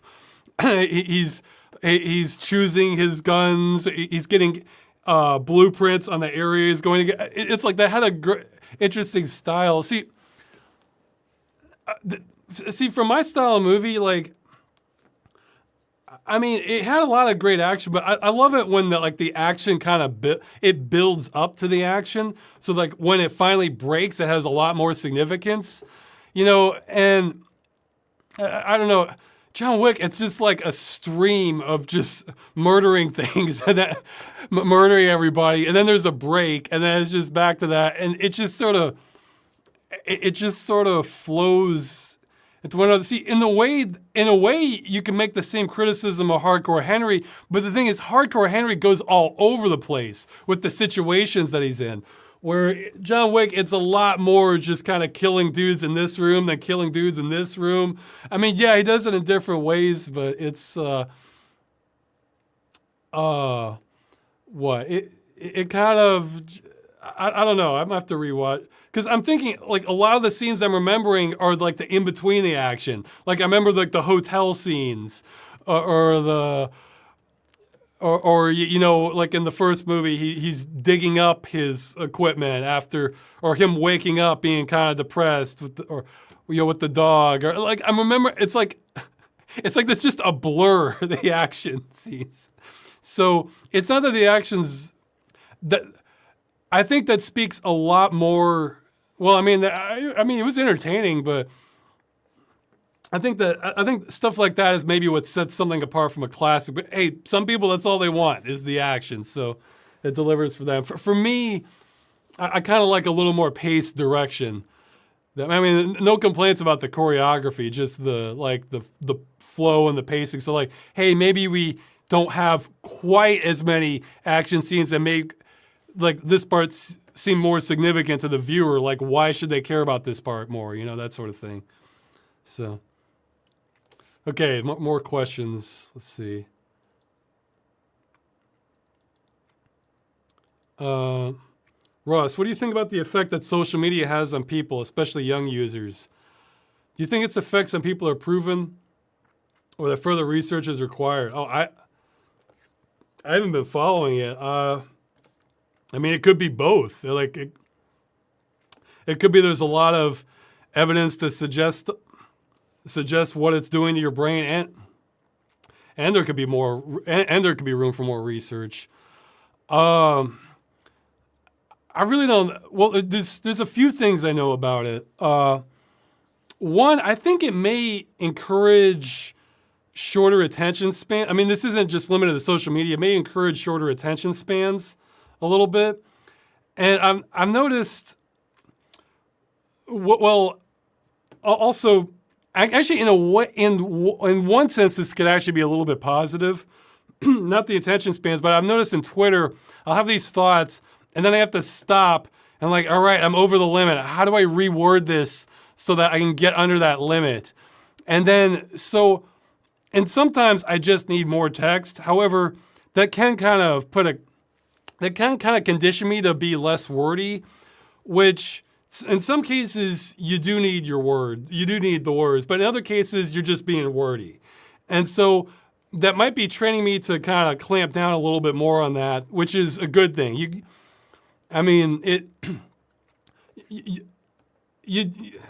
you're writing poetry, you know, you kind of do want your words, each of your words to count for something. So the more it can kind of encourage you to do that, the better. However, you're also not, there's some high level thoughts you're not really going to express on Twitter in that short format or, you know, with instant messages. And you really do need the time to lay out the argument, explain the concept, that sort of thing. So it can it might be making us a little dumb, not like literally lower intelligence, but a little dumber in how we think. In that sense, because we're training us to not be willing to handle the long form thoughts that just can't be explained in a catchy statement or a couple messages, that sort of thing. So that's probably not, that might be dumbing us down in a sense. Like, well, that's one of the reasons, like with news articles, I usually don't read them on the spot because I don't necessarily have that kind of time. I just save them somewhere and then I put them on a tablet and then I read them while I'm eating or something where I can take my time to just process the information. I think that kind of helps push back against, you know, lower attention span, or just reading books in general can help with that. Yeah, oh yeah, since some people asked, I finished another book. Was it Spaceland by Rudy Rucker? It's all about the fourth dimension and this guy's very irritating relationship that I wish I could have skipped through that part of it. But the fourth dimension stuff was pretty interesting. But yeah, in other ways, I've heard that I think it's been verified for, like, especially for frequent social media users, like like maybe my wife actually, although she's not as frequent as some. See, I usually don't put anything on Twitter unless I found some information I think people would find interesting or have an announcement, and then I can go days and just not mention anything, like because I'm just kind of putting that out there because I might be interested in people's feedback, or I thought, oh, maybe this is worth sharing with people who like the kinds of videos that I make, or the topics that are relevant to the. But some people, they want to put stuff out like frequently, and for them, or maybe me too, and I don't know it, I've heard that can trigger like a dopamine hit, so they can get kind of a little bit addicted to that. In which case, yeah, that's probably not helping your thought processes very well either. Now, the parts where I have no idea what it's doing, and I'm guessing it's probably, actually, oh yeah, I read another book too, Old Man's War. I forget the name of the author. I think something with an SC. That one's interesting. It's sort of like Starship Troopers, but it's basically about elderly people having their minds put into young bodies and going and fighting an interplanetary war. So it's a very enjoyable book, I thought. But and I lost my train of thought. Yeah, maybe if I didn't use the computer as much, I have better trains. I could hold on to my trains of thought better. But I have no idea what that's doing to their brains. For like young people who are like starting off like 5-year-olds or 4-year-olds or something doing messaging, I have to imagine it's maybe not that helpful because they might be better at and faster at doing that, but it might be coming at the cost of like basic skills, intrinsic things that they might need.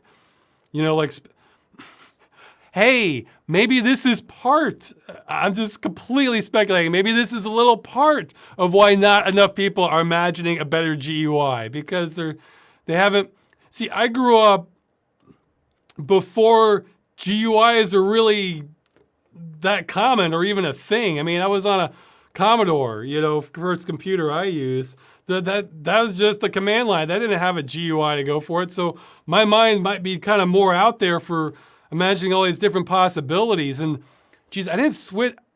Like, I think even when Windows 3.1 came along, I wasn't interested in it because all the good games, I mean, there were a few games on Windows 3.1, but all the best games were on DOS back then. It wasn't until Windows 95 that you finally started seeing, some like pretty decent games on the PC emerge there. So I wasn't really using a GUI till I was an adolescent. So yeah, my mind might have been, so I probably kept my sense of imagination. I mean, now the Apples were using them sooner. Yeah, like the Macintosh, that was like, what, 85 or something like around then? Or 84? But those are prohibitively expensive. The more common computers were kind of I guess the affordable ones were the Commodore 64, and then later the, IBM compatibles. So, I mean, because those are the cheap ones, and that's where a lot of the market share was, and then kind of all from there. I mean, I guess in Europe, especially, or the UK, you had more like the Amiga and the Atari ST, but again, those are pricier, so. Yeah, I guess, I don't know what the prices were for the ZX Spectrum were. But yeah, so maybe that's why this stuff seems obvious to me, that we could be doing all these different things. Whereas if you grew up and that's all you ever knew, this kind of standard GUI format, I sound like a crazy person. So, okay, yeah, somebody's mentioning echo chambers. Yeah, that can be, that can be yeah, it could be, I've heard it can be increasing polarization on issues, where boy, have fun with that on the internet on a nuanced topic where, let's say you have two very motivated sides that maybe they hate each other on some topic. And then if you're trying to look at this objectively, like let's say this side, they have a point, and that's true in maybe like 90% of situations. Some point that, but then there's 10% of situations, well, no, then that's not true. And then, no, there's so much like binary thinking. That's what I'm thinking. There's a lot of binary thinking where it's just all or nothing. So that could, whereas I mean, everybody has their own biases and fallacies, but I try to look at things objectively as I can. Like, hey, like with the keyboard thing, like I realized, oh wait, if I really was just programming all day, then yeah, it might really make sense to just get off the mouse, because the times I would need it might be so few and far between, it's just not worth it. I should just move all my shortcuts over to the keyboard. Yeah, there's a plugin for web navigation by using only the keyboard. It might really pay off to do that, because then I don't have to do that swapping, and the times I need that are in such a small minority.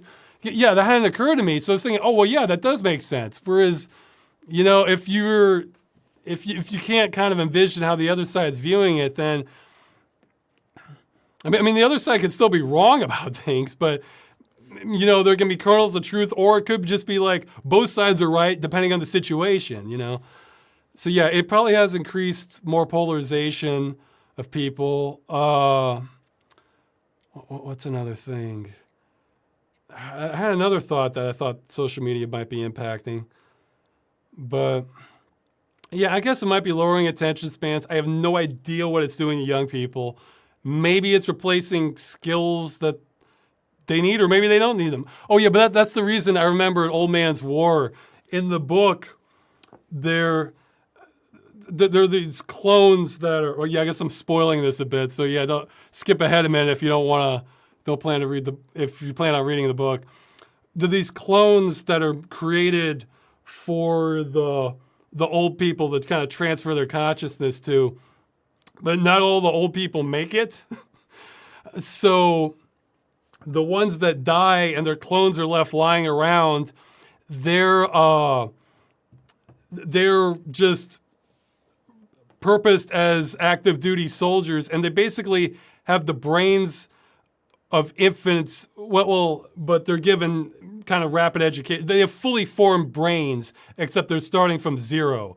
So they're kind of given an accelerated education, and they have this chips, and all the soldiers have these chips inside their heads to communicate wirelessly through text or voice. So it's not telepathy, but it's sort of like techno telepathy. And the thing is, all the old people's brains, they kind of communicate that, like, they become adept at it like we would, but the ones that have grown using that, they are just like 10 times faster than the old people, because that's all they've known. It's like somebody learning a foreign language. If you learn that when you're like 4 years old, you're going to be fluent and be more proficient at that than anyone who just learns it as an adult. So maybe these are skills that pay off. However, maybe they're coming at the cost of something else. I have no idea. I remember seeing some report where these toddlers were getting proficient at swiping on tablets, but then they were behind the curve for just building blocks.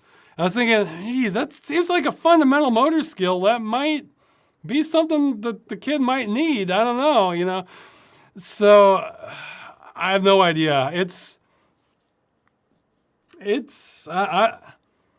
I imagine there's a lot of negative side effects, but at the same time, being able to communicate with people across great distances retains a great amount of value. So I don't know.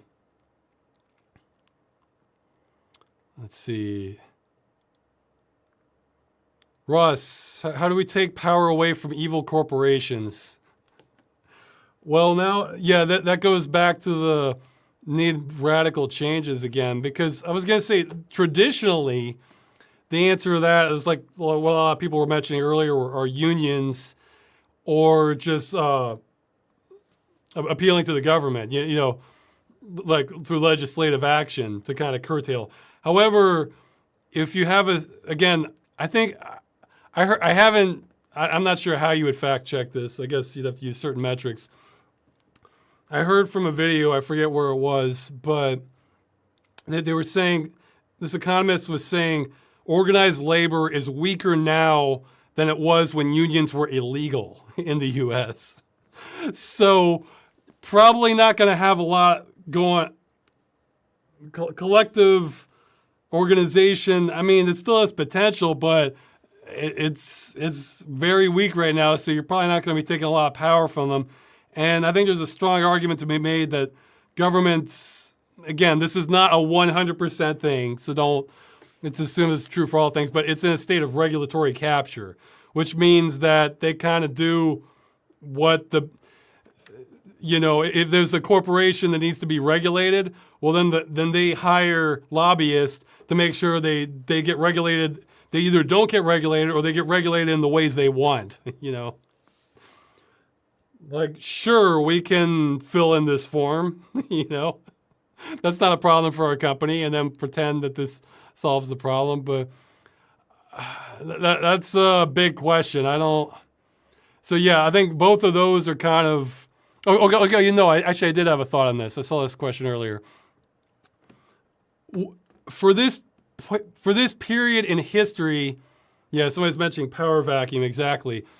What you do is you don't exactly take it away from them. You develop a better power structure that's ready to go once things implode. Because I think we have a lot of implosion coming. So yeah, that doesn't work at all. That doesn't work at all times in history. But I think for where we're at now, that's probably your best bet. So, in other words, I'm not trying to discourage people as stopping evil corporations, but it can look ugly. But, you come up with a replacement that's ready to go,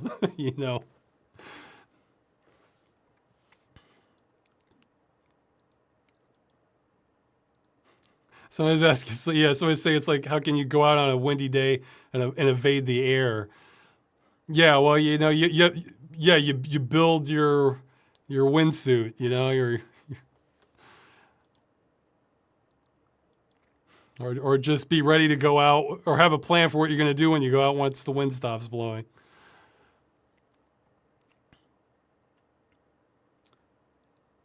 Was it difficult for you to show your face on the internet? When did you do it for the first time? Did your viewers know your face in the early days of Freeman's Mind? Yeah, I guess they didn't. I showed a few photos of myself on the website before. I took that, I think I took that one where I looked like Freeman in 2007? Maybe something around there. So I posted a couple photos of myself on the website. I guess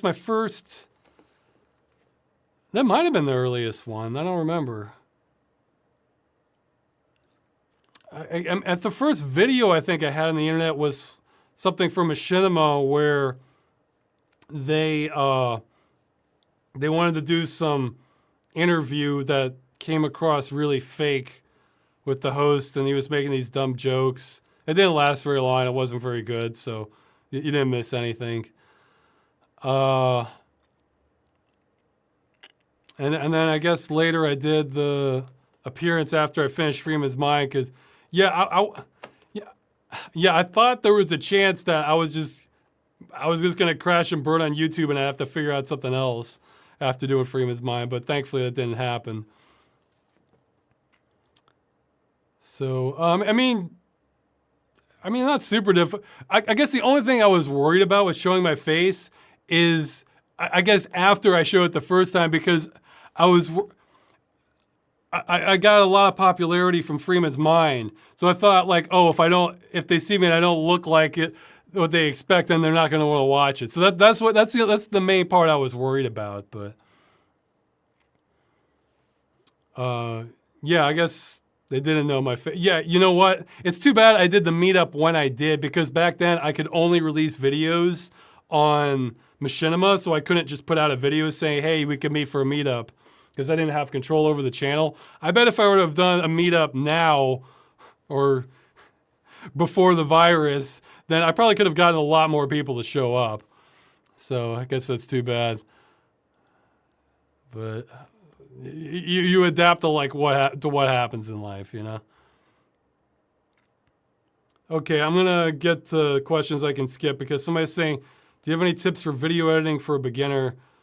I mean, that's you could probably get better tips from somebody other than me on that. Just do it, you know, and you'll figure out what you're good at, what you're not, and you can learn more from there. Yeah, actually, something else I'm meaning to do, which I was hoping to get around to it last month, but it didn't happen, was I think I kind of want to get away from Premiere because, especially since I'm using an older copy of it, because I don't want to do the monthly fee thing for the newer one. Because my needs are relatively basic. There's only like 1% of what I do that I probably need Premiere for. It's like the special noise cleanup thing that does a better job than anything else I've seen. But I could probably just do it for that footage and then just do all the editing on something else. I think it was One Shot. Is that the name of it? I gave that a try. Yeah, see, I made a list of things I'm gonna need. And Open Shot, that was it. And it unfortunately failed like one of the first tests. Was I wanted to be able to export the footage losslessly. And it couldn't do it unless it was frame by frame, in which case I would have to mux the frames together. And I was like, well, that's already another step already. I'm trying to get more efficient with the GUI. So I'm gonna try and look at some others. Yeah, so I don't need heavy duty editing level stuff. I'm kind of, the whole GUI video made me think, yeah, I should get something better than Premiere. So, but I mean, 98% of what I do is pretty basic with the editing. It's just there's a lot of it. But and they asked he's asking how long do I spend in front of the computer every day? I don't know, but it's probably a lot. I try to break it up whenever I can. Like I try to find excuses to move around just for anything. Just about, and of course I exercise every day, and I'm also I'll go out to get groceries or picking up a lot of packages these days. Yeah, because I kind of have to do a little more double duty now because my wife's kind of afraid to go out for anything, just pretty much anything she could possibly avoid. So that means I'm getting all the groceries. I'm picking up all packages. I had to mail my taxes. No, I had to print out and mail my taxes not long ago. It's due a little bit later for me because I'm out of the country. So you get an automatic extension for that. But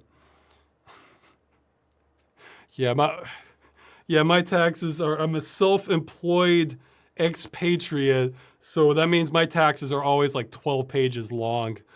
Like it's, and I take like no deduct. Well, no, it's complicated. It got more complicated.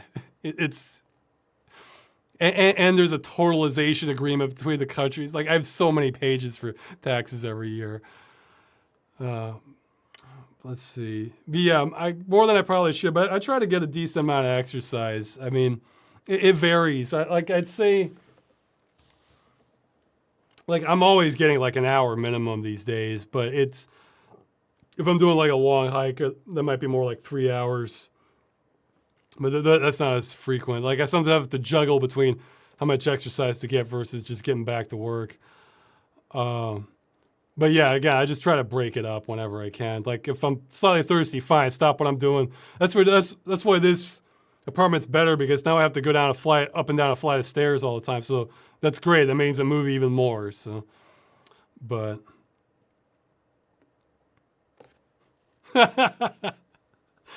Somebody, Zabayuz, oh yeah, or maybe I might be pronouncing it the wrong way. The guy who thought we'd be in space, having space colonies.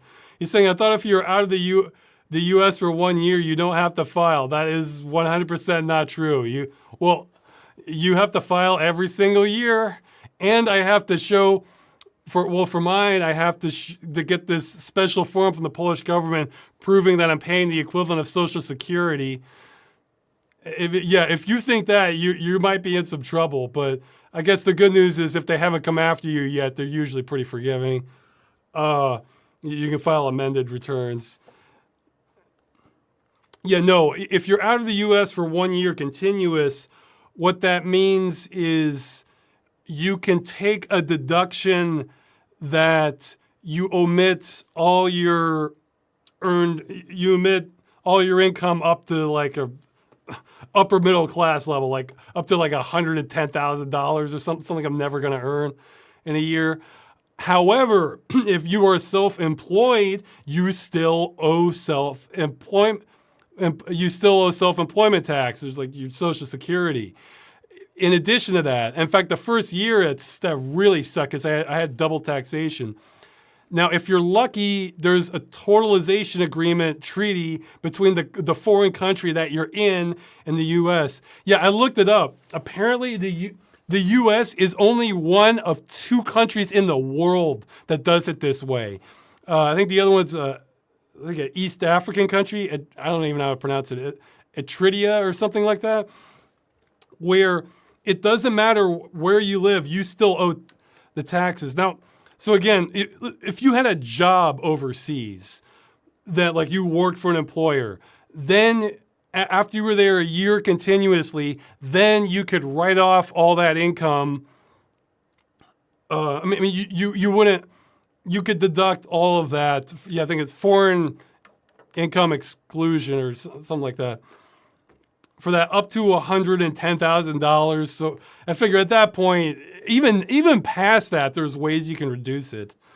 But you also have the alternative, like let's say your taxes are really high. If your taxes are lower in the country that you're at, you should do it that way. If they're higher, then you can get a tax credit for the taxes you're paying there. But if you're self-employed in a foreign country, you better hope they have a treaty agreement, because otherwise you have double taxation. I mean, unless there's some other loopholes, which there could be. I don't hate the concept of taxes. I hate actually doing taxes so much. Like, just, like, in other words, like, I can understand some complicated concepts, but taxes, it's so much of it is like, it doesn't even have a logic. It's based on obfuscation.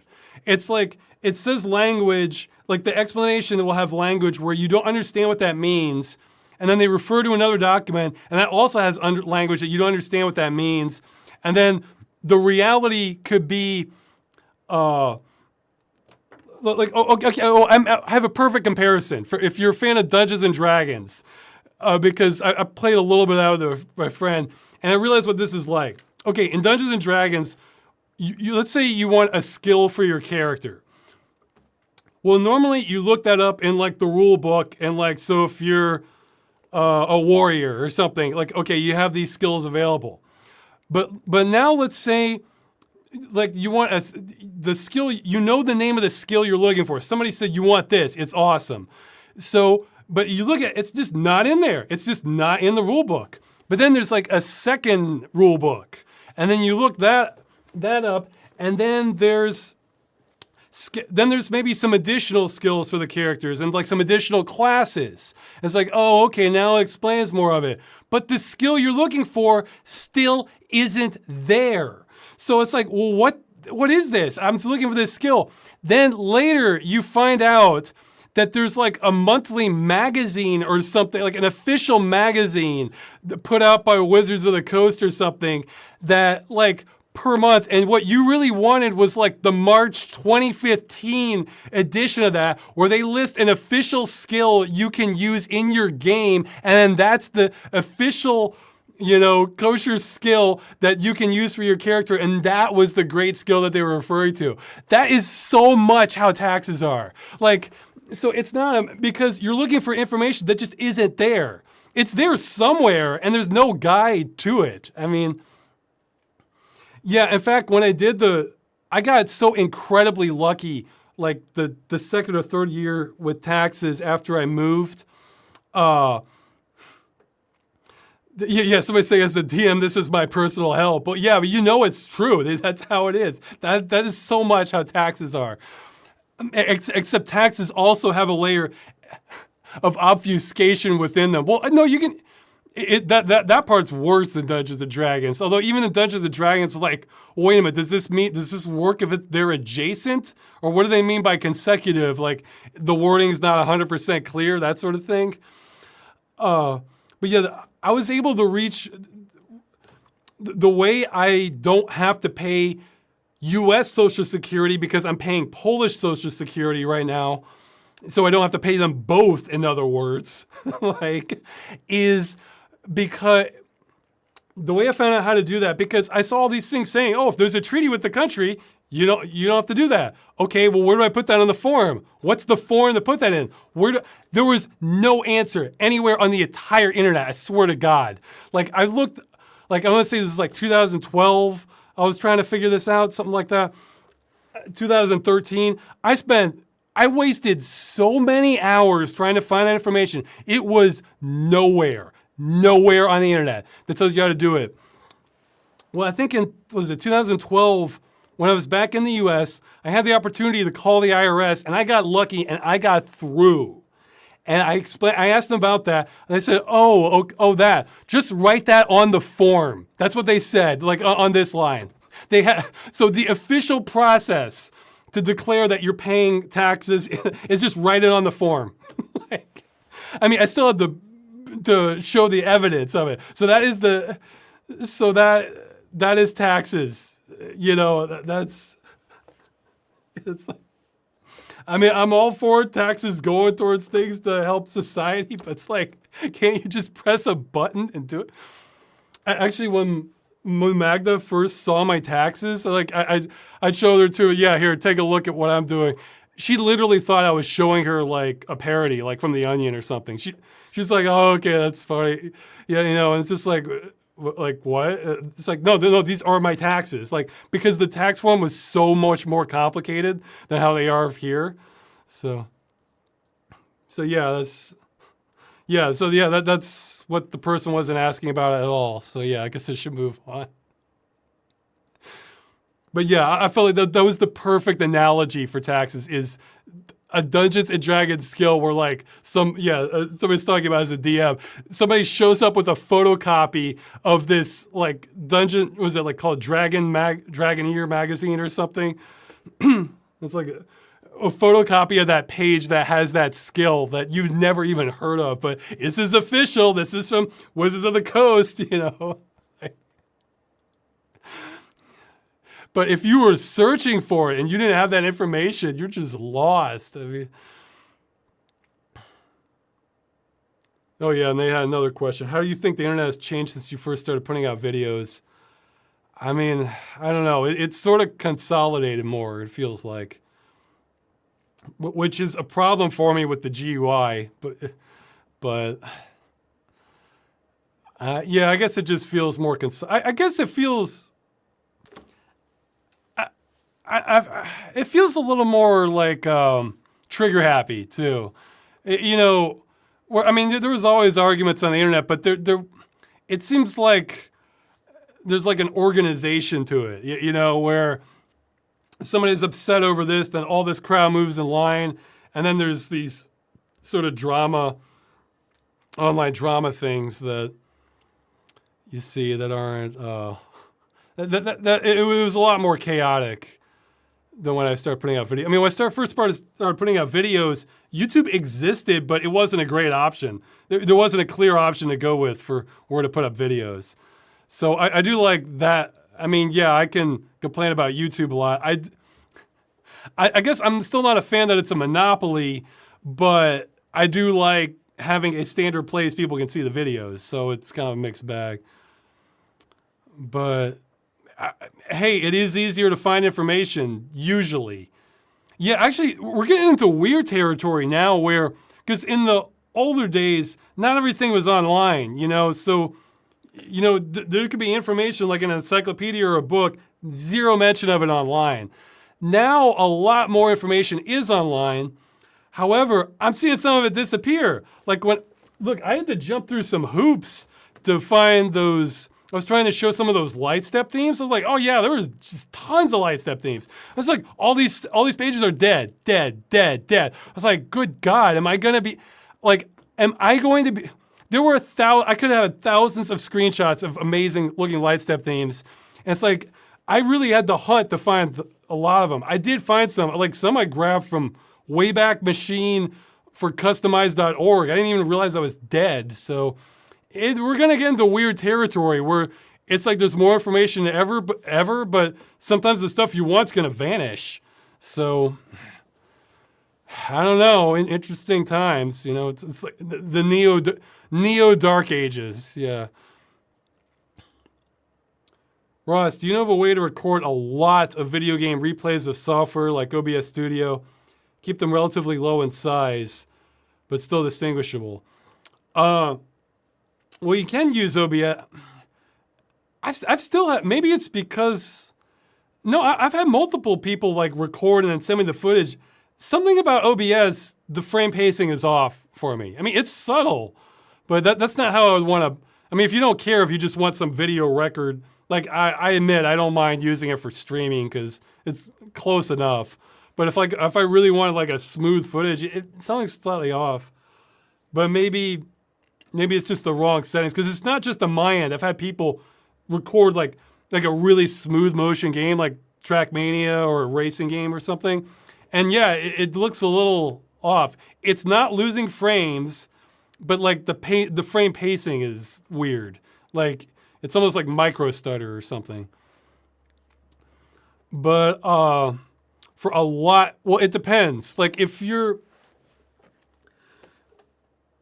wanted to record, okay, if really your best option is, it depends on the game. If it's a really demanding game, okay, let's say it's not a demanding game, then you probably want to use software encoding. I mean, use the CPU because it gets a better quality ratio compared to GPU encoding.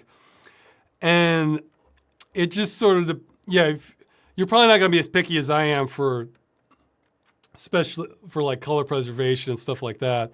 Yeah, some people are giving me crap about using fraps in the GUI video. I wanted lossless encoding. You know, I'm not sure what the go-to option is for that these days. Because I really wanted those colors preserved until the final encoding, you know, keep all the details, because I was going to be zooming in at GUI elements, that sort of thing. But, yeah, I'm not sure what the best recorder would be these days. Well, here, I'll jump to the other. I mean, I use kind of, Fraps is bulky. Fraps is if you want more quality than balance of size ratio. But, yeah, someone's mentioned DX Tori, maybe, but okay, but let's say it's a demanding game where you're worried that if you're going to recording, you might see a drop in frame rate. Shadow play on NVIDIA cards can be pretty great because it barely dips into that. However, you are going to have larger file sizes, so you might actually want to re-encode it afterwards. Like I use Handbrake into a format that could crunch it down farther. I mean, that's more inefficient though. I'm actually not sure what the best on-the-fly kind of balanced approach is, because I just tend to go for kind of max quality and then encode it all using something like Handbrake at the end. But for my recording, because I don't mind ballooning up the drives to just make the video. Yeah, I'm not sure what's best for long-term storage. I keep expecting the chat to say something, but they're not. So maybe that'll come out in the comments. So yeah, that'd be good to know. Like, I mean, it could be capture cards might even be a better option, but I haven't done the research into it because I haven't been going for that balanced approach. I'm either kind of going for lowest impact and highest quality, or just highest quality period, or best quality for the size, but not in real time. So I don't know. So yeah, I guess an intermediate option that's not efficient, but you probably would get the best end results, is record on real high quality using GPU encoding. Again, Shadow Play, I guess OBS or some other recorder must support it too. and then afterwards re-encode that towards. I mean, you are recompressing it a little bit, but re-encode that with x264, x265, encoding a handbrake to shrink that file size down. So, okay, I should start moving faster. What is the oldest item you own? I think it's actually a T-shirt that was handed down by my dad that he wore. For some reason, this shirt just isn't decaying. It's just like this Mardi Gras shirt. I think he was wearing that in the 80s. So it doesn't fit him anymore, but it fits me now. So it still works. Like it's some synthetic material. So yeah, it hasn't fallen apart. I mean, you see this pattern on it, and that's frayed a little bit, but like the seams and everything are just still solid. So I don't know. Can you wear it on one of the chats? Yeah, I could wear that on one of the chats. I'll try to remember. And I was thinking the second most, because I had to jettison a lot of stuff when I moved to Poland because I could only take what was with me on the plane, so that got rid of a lot of old items right there. I was thinking it might be from a past chat, like the oldest game I own. It might be Stellar 7 CD. The CD to Stellar 7, because I didn't buy that until like 2000s, I think, but the disc itself is from, I think, like 93, something around there. Maybe, that's when did Stellar 7 come out? That is from, oh wow, the original is 83. Okay, when did the CD come out? Stellar 7 CD release date. Oh yeah, that's okay. 1990 so for the CD copy. So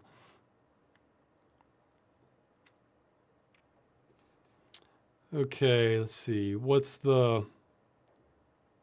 Okay, I'm gonna have to be pickier with the questions. So I'll just pick. Yeah, somebody's saying I answered this in the Invisible War episode, so I'm gonna skip that. Oh, okay. Well, here's one I can't answer easily.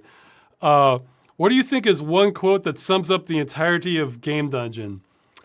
In the game Path of Exile, they sometimes drop these kind of tarot cards, and they have little quotes on them.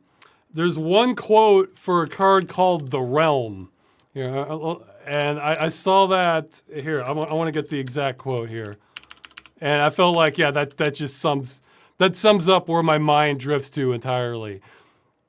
If you wish to rush into strange places, be prepared to face strange things. So, it's a great quote. So, I feel like that sums up the spirit of Game Dungeon, you know?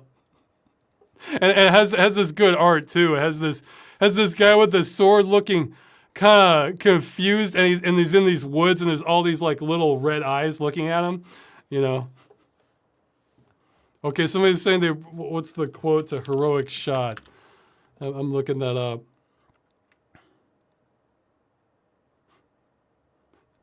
Okay, somebody's mentioned, okay, the quote to Heroic Shot is, try 1,000 times and eventually you'll have to give up. Yeah. Well, that's more of like a speedrunner's credit. You know? Yeah.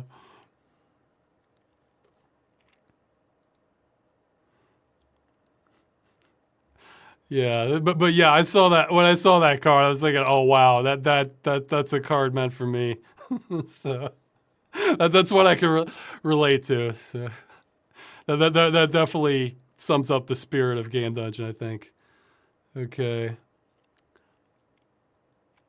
Yeah, somebody's asking like this one I didn't have a good answer to. They were asking the most exotic and usual theme setting that I've seen in a video game besides Arm the Delirious. Look, watch. Oh yeah, I did a stream last month where, if you remember, some people were mentioning this giant game bundle on itch.io where they gave, it was like over 1,100 games. I did a stream where I just rapid fire went through all of them. Actually, I missed a few, but I I missed a couple by accident, but I added them in the comment section. It's on a Curse Farms junk. And yeah, I narrowed it down. Actually, the ratio might have gone up a little bit. Out of the 1,100 games, 2% of them, about maybe a little, maybe up to 3%, were solid. Yeah, I think I'm going to try these out. And then I also had a maybe category, like, maybe I will, maybe I won't.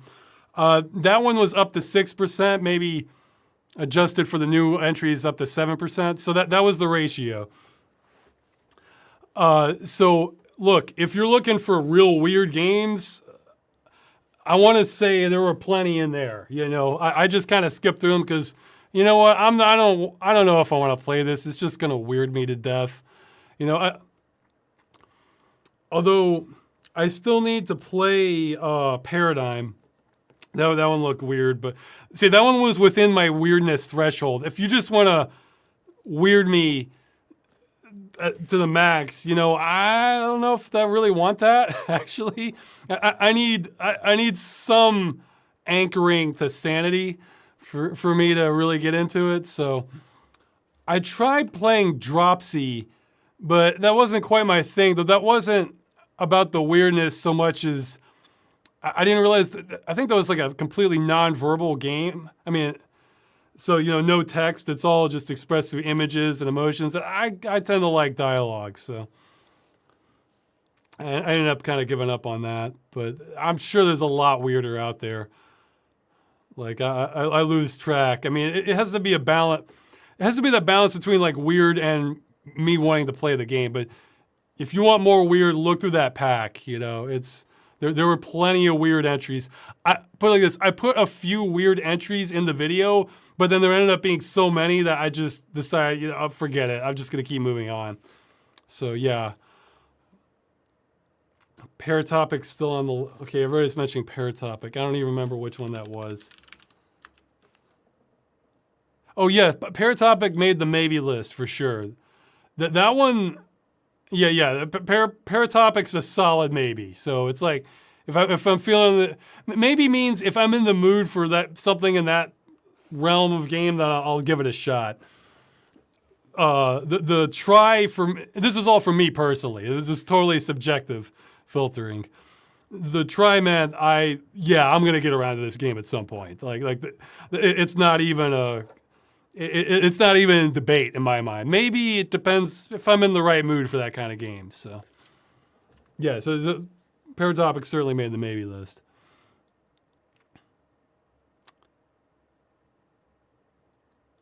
Okay, I'm skipping some more. Flash, will get a mention in the next game dungeon, in the next game dungeon episode, the follow-up one. Okay, somebody's asking another question. This is, well, okay, I'll give a quick answer. This is one where, this is another video I've been wanting to do for a year or two now. However, even this one isn't the top of my list. So it's gonna get bumped down between some more Freeman's Mine and Game Dungeon. They're asking, playing old PC games in the present, would you recommend building a powerful machine in order to better emulate it? Or you track down old hardware and build the computers?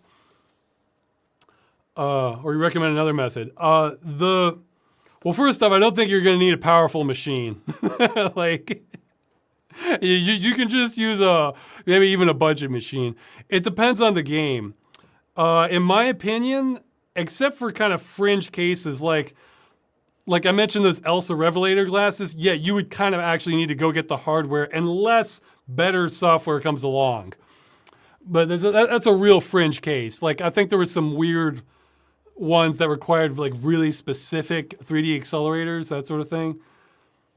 Oh yeah, I'll mention this now because this is not in the follow-up because I've just run out of space for it.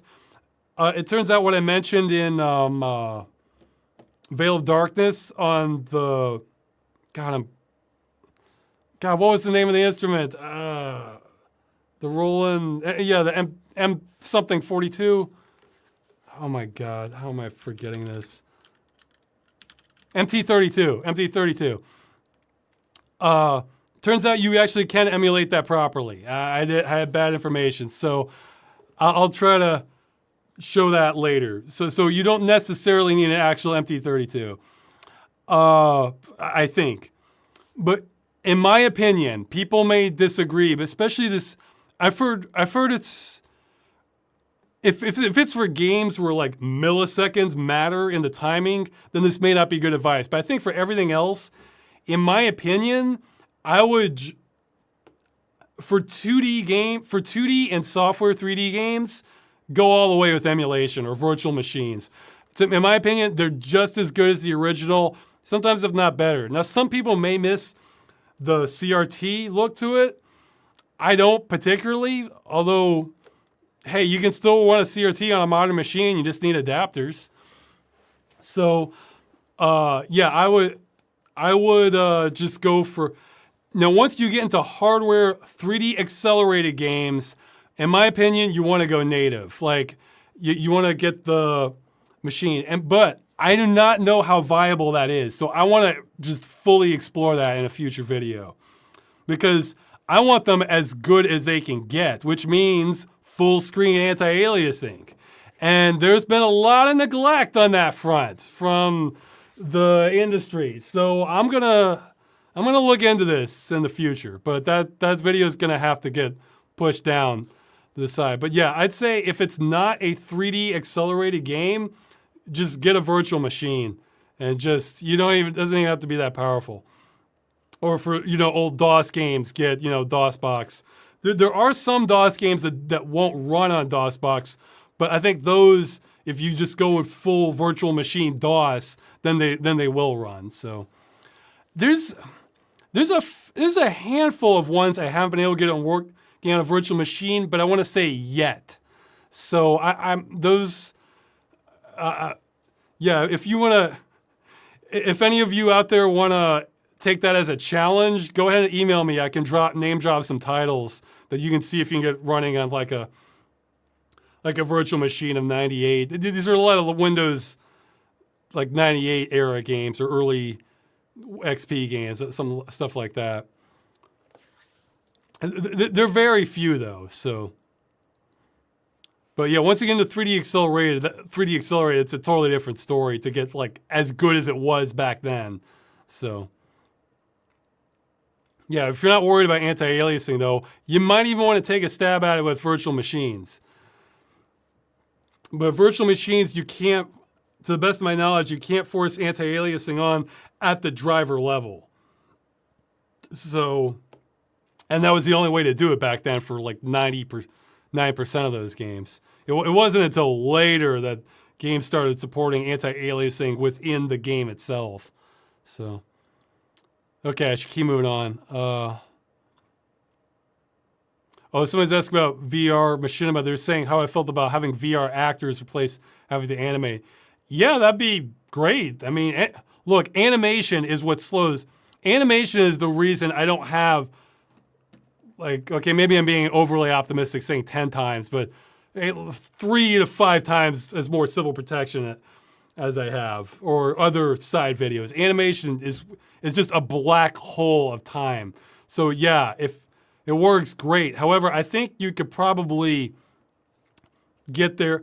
I'm a little more optimistic on body motion capture options, that it might be better to just do it that way, but yeah, I mean, if you're acting it all out, you could do that, but then you have the vulnerability of, if it has to be in real time, then you have to coordinate everybody, and that could actually be harder than just getting somebody to act out your animations in front of a 3D camera or something. Apply that to body motion capture and just put that in there.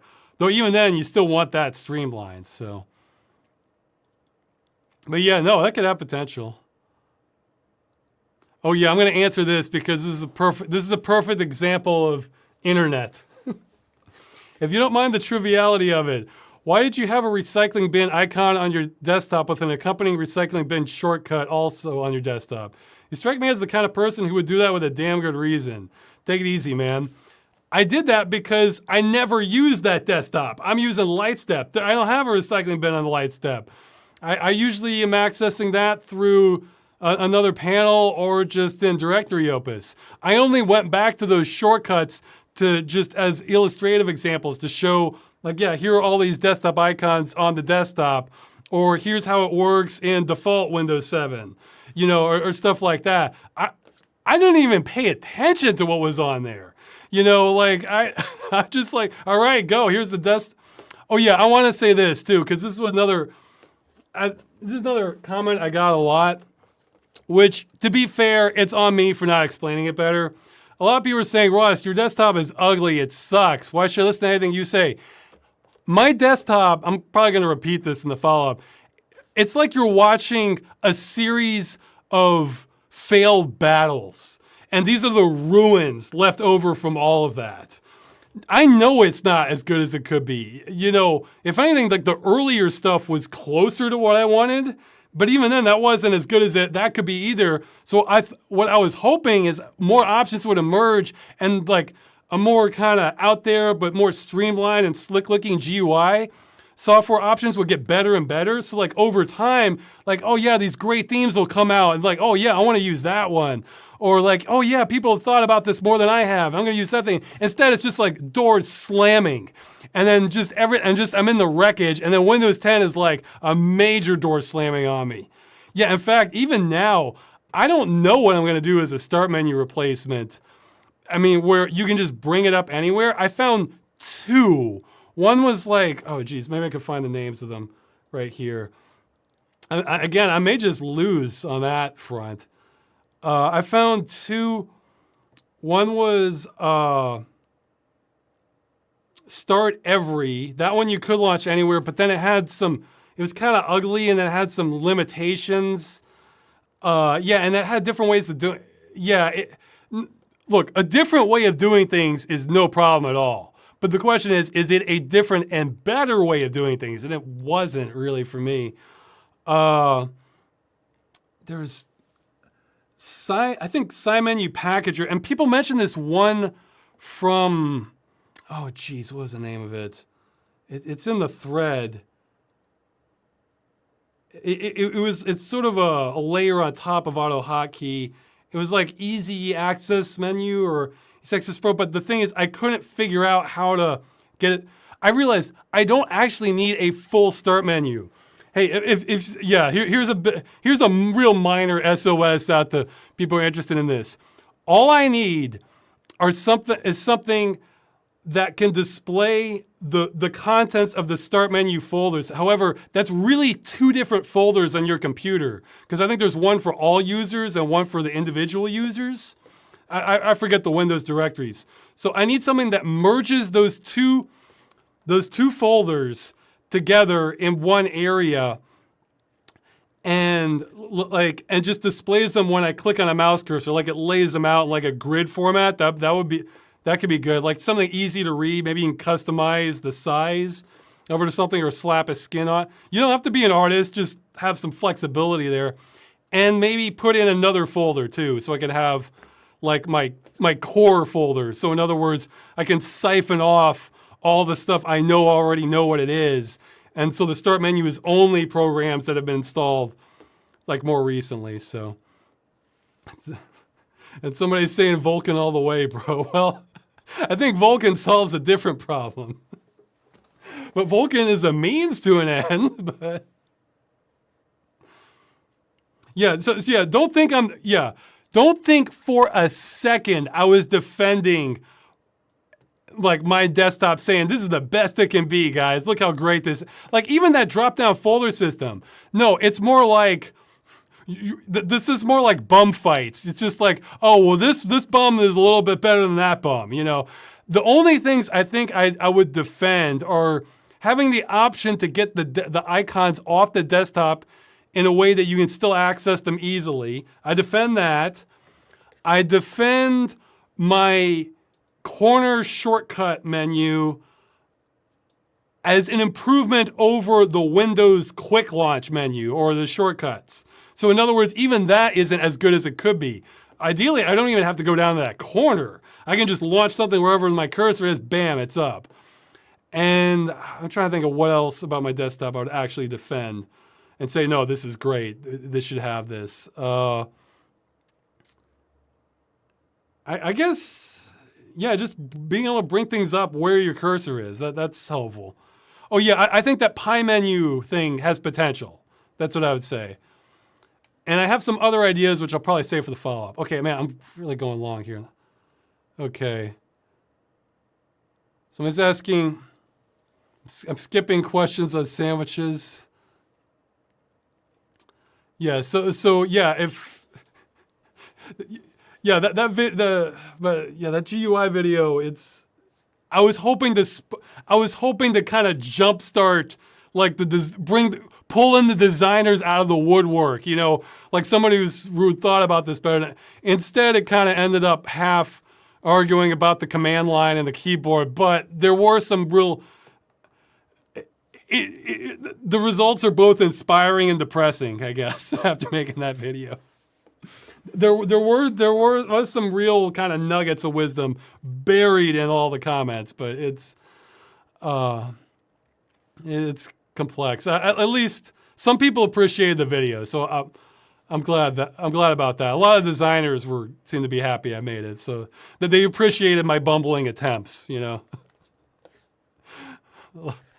I got after making that video, I really got the feeling a lot of UI designers sort of got their hope beaten out of them, and this sort of rekindled their spirit a little bit. I really got that impression from a lot of people who wrote to me. So, somebody's talking about the nuggets of wisdom. Well, here you can look at the main thread in the forums. But I'll make it easier to understand later. I mean, it's too many small specific things. So, and I was glad to see. I'd say it's like one comment out of 100, but I was seeing some outside the box thinking, which is good. Yeah, like one person. Not all of it. Some of it's I'm thinking, I'm not sure that worked for me, but it was outside the box thinking that has potential. Like, to give an example, some people were talking about foot controls. I'm not sure if I really want to go quite that deep, but hey, that's something that should absolutely be explored for people who want that. That's the thing. We need more options, period, in addition to finding out what's more efficient. So, somebody's saying, how can I justify having not watched most of Deep Space Nine or the animated series of Star Trek? Well, for the animated series, I don't know. There was sort of it felt too off to me to watch that after seeing the original. So, I mean, maybe it's good, but I don't know. I guess I had too many expectations already established from the original. So, but as for Deep Space Nine, I mean, I realized a lot of from the limited amount of Deep Space Nine that I've seen, a whole lot of it felt like the episodes of The Next Generation that I didn't like. Because again, Next Generation, it's kind of hit or miss with me. Some episodes are awesome, and I love how. See, the thing is, a lot of it seemed like focus on the characters and their relationships, and it's it felt kind of soap opera-ish to me. I mean, I liked who was it, Quark, the Ferengi. I liked him; he was all right. But a lot of them, these people, I felt like almost everyone I was seeing at Deep Space Nine had a chip on their shoulder about something, and they're just having this bickering with each other. It's just I don't care. I'm watching Star Trek for the space anomalies or the crazy, or the reality bending events, or just these really weird alien concepts, or landing on other planets or stuff. That's what I'm there for. It's I don't care if the characters are upset with one another. I mean, if they're taking it to the next level and getting into just brawls, sure, that's fun. I mean, I enjoy, in the original series, I think it was in the Tribbles episode where the crew just gets in the fight with the Klingons. Sure, let's watch a bar fight. That's fun, So if it's stuff like that, sure, but I know a lot of, like I said, I'm not the most hardcore Star Trek fan. I know a lot of Star Trek fans really like seeing the diplomatic solutions to things. It's well, maybe. I mean, how interesting is this? How interesting is this conflict? If it's just kind of a boring space politics conflict, I don't care. It's just like so. But if it's just like this is what we found instead of everybody committing ritual suicide. Oh, okay, well, that was an interesting episode, stuff like that. Yeah, it looks like everybody's going to die, and then we found another solution. Okay, great. Then that's interesting, So, or just stuff that's really clever that might not have occurred to me. So there's a great comic on Deep Space Nine I need to find because I don't remember it was a web comic. I don't remember. It was normally a video game series. I don't know. I'll have to look it up. But maybe I can point to that sometime. Okay, I should keep moving here. Someone's asking about my uncle. He's doing all right. I have several uncles. Someone's asking about advice for to date crazy women. I guess you have to decide what kind of crazy you can handle. Because like even me, I'm not good with crazy where I'm the enemy. Because some crazy people, it doesn't matter who you are. At some point, you're going to be the enemy. This is your fault. It's like how did you do that to me? Like by reading my mind and I don't know. I'm trying to think of a crazy example, but I'm not good with that. Like I can handle crazy, but if I'm the enemy, then for something that like I have nothing to do with, like you're just there. Like I have the wrong personality type for that. But if it's just like no, the Martians are real. I saw them. Then I'm a little more tolerant of that. It's like, oh, okay, well, I don't see him right now, so I guess we can just go watch a movie, so, I guess, yeah, figure out what kind of crazy you can handle. Let's see. Somebody's calling me out because I don't follow my wife on Twitter, but she follows me. Some tweets cheerful things for me. Well, in my defense, I don't follow anyone on Twitter.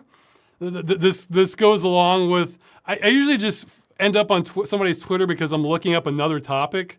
I can, on all honesty, say I've never even tried to look up like Twitter topics and see what people are saying about it. I don't know. It's just, I mean, some people are a lot more into like gossip or like trending comments. Actually, I was going to say the same goes for YouTube. I'm not subscribed to anyone on YouTube. I do sometimes like keep a list of like YouTube channels I like. And then what I'll do is I'll just kind of get around to them. Somebody's saying super dedicated Wicca. Sure, I've dated somebody I might have dated more than one Wiccan actually. I think I've dated at least two, maybe three. Like so. So some of them took it more seriously than others. Let's see. Like on YouTube, like I'll just make a note of the channel, and then I'll sometimes like look up topics. And some channels I might look at a little more frequently. Others I'll check every few months, and then just sort of make rounds. Like, oh yeah, a lot of stuff stacked up. Okay, I'll watch some stuff now. And I was thinking, it reminded me of what? Like somebody said in the Middle Ages, like the right job for me would be just like a traveling puppet show. I was thinking, yeah, that actually that would fit me just great. So I was thinking it'd be like that. So I find out about the news as I travel into each town, once a year or twice a year, that sort of thing. So I realize it's the same kind of mentality, Oh, okay, we'll see what's going on in this town. So some a lot of YouTube channels are like that. So that's also why I don't tell people, please subscribe. It's like, I don't subscribe to anyone. How can I be great if you do subscribe? I think YouTube cares about that more than I do. Although I'm lucky enough that YouTube forces me to care about it as far as meeting a certain minimum. But since I've met that minimum, great, so.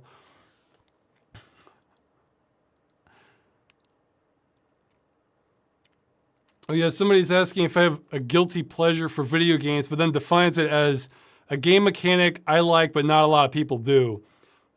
I thought maybe there's like a few. Like I know some people like will complain, like some gamers complain a lot about cutscenes. Now I can understand like unskippable cutscenes, especially if you're doing a replay. Yeah, that sucks because you already know what's in the cutscene. But some people just don't care. They're there for the gameplay, the end. They don't care about the story. They don't care, they don't care about characters or anything and stuff. But no, look, I love, especially, I like having like a lot of gameplay, especially if it gets kind of intense. And at the end of it, yeah, you get a cutscene, get kind of a cooldown. A lot of gamers aren't into that, but no, I like cutscenes fine. I don't mind even if there are a lot of cutscenes.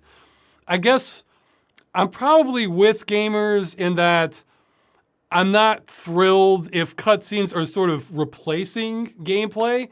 So you think you're gonna get like a big tactical game, and instead it's just a lot of cutscenes. So it's sort of bait and switch. I don't mind full motion video games if I know what I'm getting into and I like the theme. A lot of gamers don't care for those. But with cutscenes, I like kind of I love actually in a lot of real time strategy games where you go through like an intense mission, intense long one. Like it's just a struggle to take out the enemy base. And at the end of it, yeah, you get a big cutscene. That's great. I love that. You're just like, yeah, that battle counted for something, Let's see. What? Yeah, there's something else. Oh yeah, I'm relatively cool with having a lot of minions like automated, like in strategy games. I like it. I mean, I want my troops to follow my orders in strategy games, but if they're under attack or they think a formation is better and I'm just telling them to move there, I like my troops taking the initiative, Some people don't like that. They think it's cheap and they want to kind of StarCraft style, just kind of micromanage every last step. No, I like smart units, For me, it's like the bigger strategy.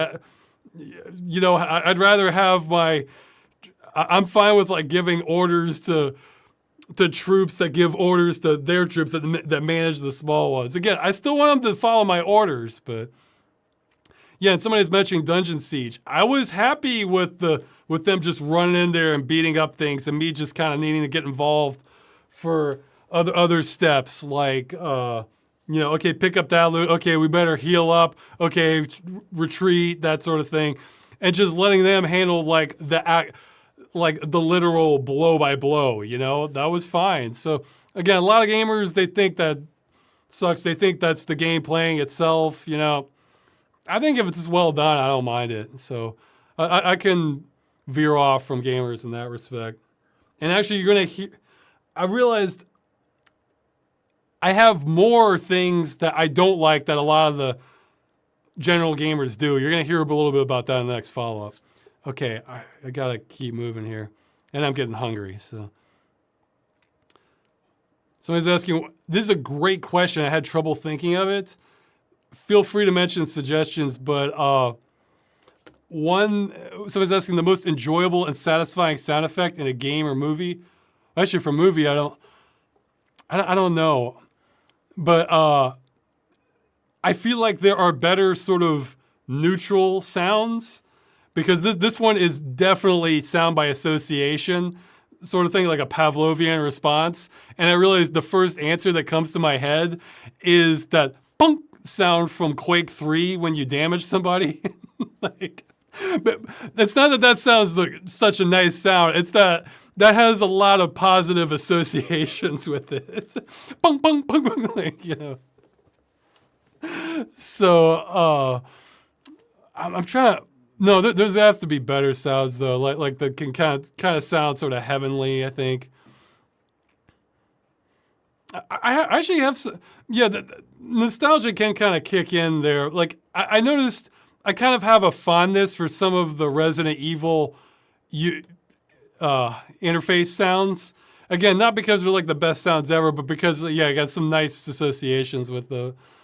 But yeah, the number one that just comes straight to my head is like the bunk bunk like sound. So, but yeah, maybe people can come up with some other sort of neutral suggestions where it doesn't matter if you've played the game. This is just a nice sound, That's sort of okay. Well, I kind of answered. So I was saying that said that laziness is the father of invention. What modern problems do you have that you'd make an invention for if you had time or ability to solve? That's what that's what the GUI video is all about, or mostly about. I mean, it was mostly function, but also form too. I like being able to like what I look at, like what I'm using. But that was number one. Actually, for laziness, if it's something physical, I actually try to push back in the opposite direction. Where, again, I just try to be aware of just try to move more whenever I can. Oh, I have to do this. This requires running around a little more, or this requires moving something, lifting some things a little more. I try to actually lean into that because that's good for you, So I don't want to be too lazy with that. But I mean, it depends. It's like if it's annoying though, then I want to change it. But if it just means you have to move around more, then I should just move around more, Like if I want to get water, I have to go down the stairs, go into the kitchen. Well, good. I'd rather do that than keep it here because then it's an excuse that I need to move more. But yeah, no, the number one thing would be that GUI. That's what that GUI video. That's what it was all about. Okay, well this one's easy. What have you picked up during the Steam summer sale? Actually, not that much because I just loaded up over the Black Friday sale last year. I just got dozens of games that time, and I got them really cheap. However, if anything, I was a little high on the hog by my standards. I got 3 games, and they just hit this limit so that you get a discount, like if you hit that minimum. The 3 games I got were Trackmania Lagoon. I would have waited for it to go down a little farther, but I looked at the price of Trackmania Canyon was the same price. So I figured, okay, I'm probably gonna have to get really lucky for it to go lower than this. So I figured I better get it out. And that's a perfect summer game. Tropical beaches, jungle, coastline. Yeah. Again, I like being able to play games that sort of match the climate. So, no, I spent less than $30. I think it came to like 21 something. 21, 22. The other 2 games I got were Quantum Break. Well, that's another one I've been wanting to play. I think that's an example where I think it does have a lot of cutscenes, but it also has a lot of gameplay. So great, That's another one where I thought it was going to go lower, but then I was looking at other titles by the same publisher, which I guess which is Microsoft for the publisher, even though it's Remedy, the developer. And I was seeing some titles that were lower, but then I saw, wait a minute, Fable: The Lost Chapters is the same price. Okay, if Fable: The Lost Chapters is that price, that's probably about as low as it's gonna go because that game's been around a while. So I figured, okay, it's probably not going any lower. And the other one that was like that was the original Dead Rising. I've been wanting to play that since it got announced. So I'll coming in like 14 years later on that one. So yeah, that one, I think it was like 10 years before that one came to PC. But so yeah, but the thing is, I have a lot of games from, and then I already have that itch.io pack, so which I'm for certain not even gonna try anywhere close to those 1,000 games, but I'm gonna probably try a couple dozen. So I have a lot of games. So, but these are ones that like I kind of want to. I don't want to wait forever on, that I picked up. So. But yeah. So far, well, actually, I have been playing some of Trackmania Lagoon. That one's one you can kind of do as a break. It's exactly what actually that I might even show some of that in the follow up. But okay, man, too many questions. Yeah, someone's asking about well, this is a good question. Someone's asking about my thoughts on virtual production and if you find it useful for the movie. No, not really, because I think that's more for actual movie makers. I'm making a machinima movie, really. A 3D one. Where with virtual production, if that's what I think you're talking about, it's where you have to coordinate. Like you have a green screen, you have just like a really simple mock-up, and you need the tracking to line up with your actual actors. Whereas they're all going to be 3D actors and my voice actors. I'm not going to have like a studio or anything like that. So I need different tools for that. Also, you have to realize my budget is probably thousandths less than an actual like studio movie. So it's different tools and different production for what it is.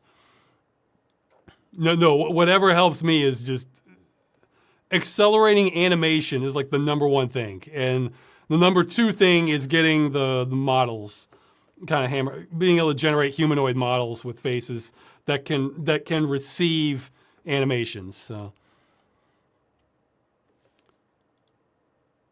somebody's asking about my cooking. My cooking is going to be pretty depressing.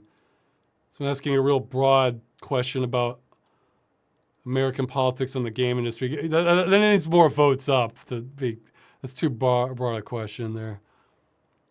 I still need to play Streets of Rage, but I'm definitely familiar with it.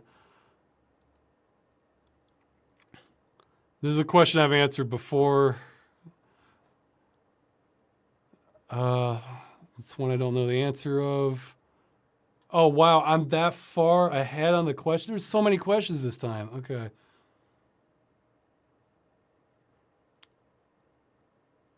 Oh, well. Ross, what do you think of 2020 as of now? Most people say it's the worst year ever because of what's happening. Is it really the worst year, or are we just living in the stupidest times because of the people overreacting to things that aren't using logic to figure some things out?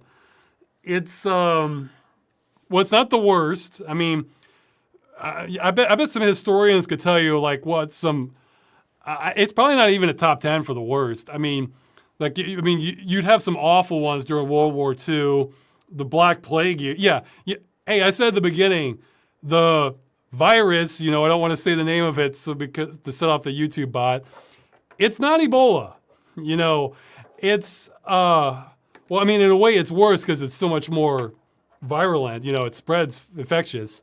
But your odds and what it does to you, while still very bad and still lethal for a lot of people, it's not Ebola. Like that is like a 90% lethality rate. And at the same time, well, Ebola is worse than that, but it's not the Black Plague. So that was worse. That was worse. Stalin purge years. Somebody said, yeah. Somebody saying World War I. Those are real awful years. So sadly, I don't think we're even in top 10 material. Somebody's saying it's not Rwanda. There's could be a lot worse. That said, it's one of the worst in recent history. And look, I mean, maybe you don't want to hear this. I think it's going to get a lot worse, and not just because of the virus. I would say this if we had a vaccine out tomorrow. I think it's going to get a lot worse because we're seeing an economic system that can't support everyone. That just the way it functions, it just can't support everyone. I mean, sure, it can do it in theory, but as it is in reality, it's not doing that, and that's going to get accelerated. And man, that gets ugly. Yeah, or actually, like the reign of terror years. Some years it depends too, because it depends where you are in the world for that year. So, whereas other years, there was so much bad stuff going on globally that like they tended to edge out ahead, or just across huge regions, so. No, I think it's going to get a lot worse, guys. Sorry. Like, and I'd say we're actually not overreacting, but we're overreacting to the wrong things. That's that's the best way to put it. We're overreacting to the wrong things. I think we're underreacting to a lot of things. So, okay. Yes, I plan to have a teaser trailer for the movie, maybe both. I don't know, but when I do that, we're going to be pretty close to getting done. So.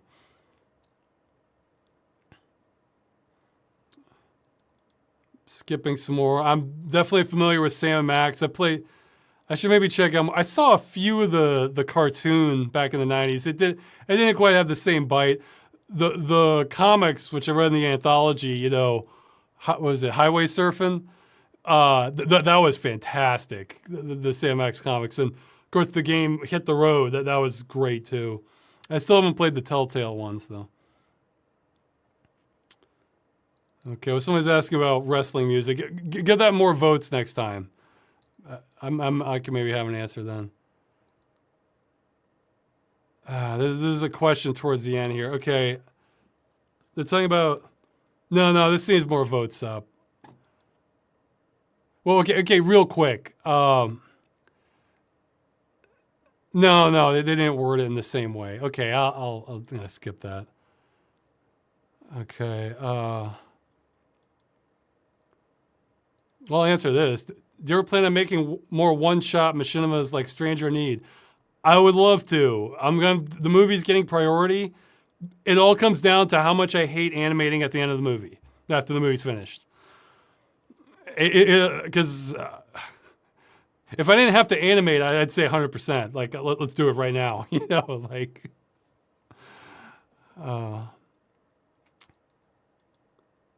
A bunch of people asked this, so I'll answer it real quick. They're asking like Half-Life 2 VR or Half-Life, but the VR is aware. I watched some of that. I had mixed feelings. It had some funny jokes. But it was also. I felt like it was also kind of beating a dead horse with others too, like the passport thing. See, you can have recurring jokes that are funny, but if you just beat it to death, it stops being funny, Well, a famous example of that was in South Park. Like, oh my God, they killed Kenny. It's like, well, to say that for a while they were saying that every single episode, yeah, it stops being funny, In fact, I think they could have kept killing Kenny every episode. It's just that they said it every single episode. So I feel like they wore that out. Some of it was my humor, some of it wasn't quite, but it definitely had some funny parts. But however, I couldn't get through it. Not because of the writing, but because the VR, watching that, it made me just queasy. It was like kind of twitchy and everything. I would have run like stabilizers on that in editing to try to do it down. I couldn't get through it because, I mean, it could be the sort of thing like, like as someone who's prone to motion sickness, if I'm going on windy roads, if I'm in the passenger seat, I might be getting car sick. It also depends a lot on the car. Actually, smooth cars are worse. Like if it's like a kind of a clunker that has like lots of vibrations, I don't get sick. I don't get that sick in those. But however, if you're the one driving, then I may not necessarily get sick. So it could be the same sort of thing with VR. Whereas if I'm watching this, it was rough for me to watch. I didn't finish it, I'm afraid. I kind of skimmed through some parts, and that had everything to do with the VR format. Like, again, if it was me, I probably would have cropped the edges and then just run a really aggressive motion stabilizing filter on it in editing. And then maybe that would have made it better. So, because, I mean, I feel bad if people get sick watching Freeman's Mind. If so, I apologize. I may have dropped the ball a little bit there. So,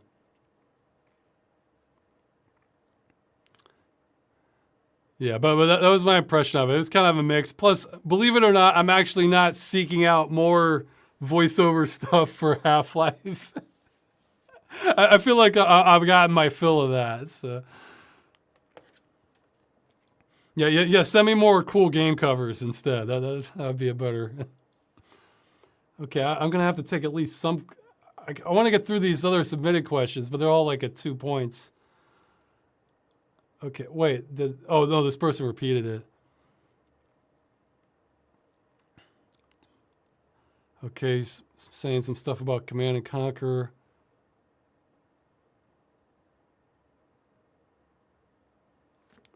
Oh, someone's asking about like why I sometimes try to theme videos of the holidays. I don't know. It's more fun. It kind of gets into the spirit of holidays. I mean, they're saying they're that important to me. It's not like super important, but I like festivities. I like fun. So it's I, I like to be able to kind of amplify that. I have heard of the game Rule of Rose, but I haven't played it.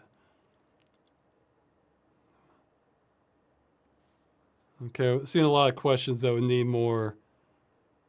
The person's asking a follow-up question that will eventually get answered.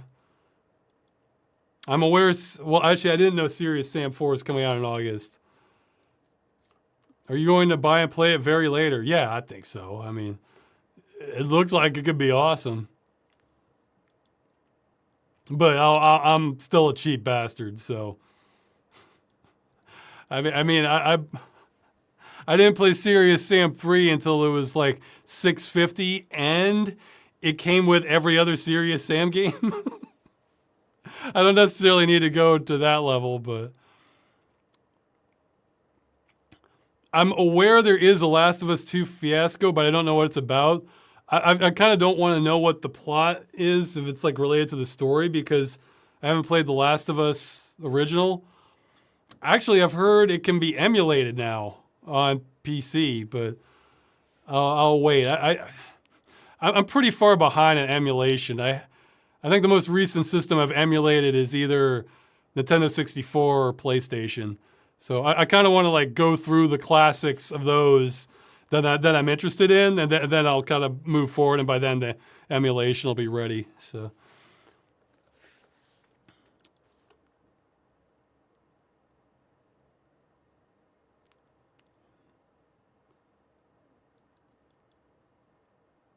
Huh. Is there a game or set of games you fully wish and intend to play that stand out as having an interesting reason behind delaying it? Oh, well, I guess they mean me delaying it or the developer? Oh, I guess they mean me. Yeah, because originally I thought this was about the developer. I thought, well, I guess the obvious ones are Star Citizen. I'll wait till the campaign's out. I'll probably give that a shot. And what? Well, Cyberpunk. I'm gonna want to try that. That got delayed. I mean, games that are getting delayed because they're just so much behind them. I guess Project Zomboid, because it's still in early access, though I might cave eventually and play it. I mean, I do like to wait till games are out of early access before I play them. But as for delaying, it's just, well, I can delay games because of the story.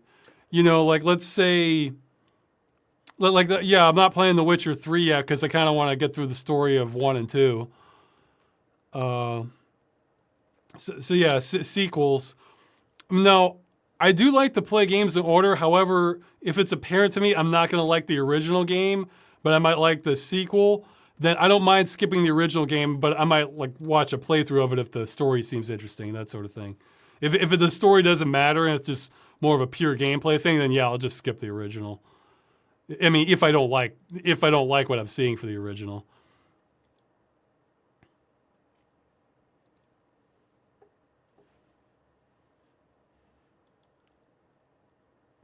Oh yeah. Well, somebody said something similar, but I'll repeat this. I just want to say I couldn't care less about GUI or customizing it. I barely use my laptop. I mainly do everything on my smartphone. That being said, okay, well, he liked the video. Somebody said, some in the comments were just saying like, oh, they work. It works fine for them. They play a game and they're happy with it. So I replied, well, I'm pursuing GUI enlightenment. They've actually obtained a GUI enlightenment. If you, yeah, I said like, yeah, stuff like that's why I wouldn't be a good monk, because, you just accept what's there. You know, you're not trying to seek to make it better. You're at peace with what's there. I am so not at peace with that. So I'm at peace with some things, you know, but no, I'm seeing way too many ways it can be fixed. But yeah. Yeah, so that's what I said.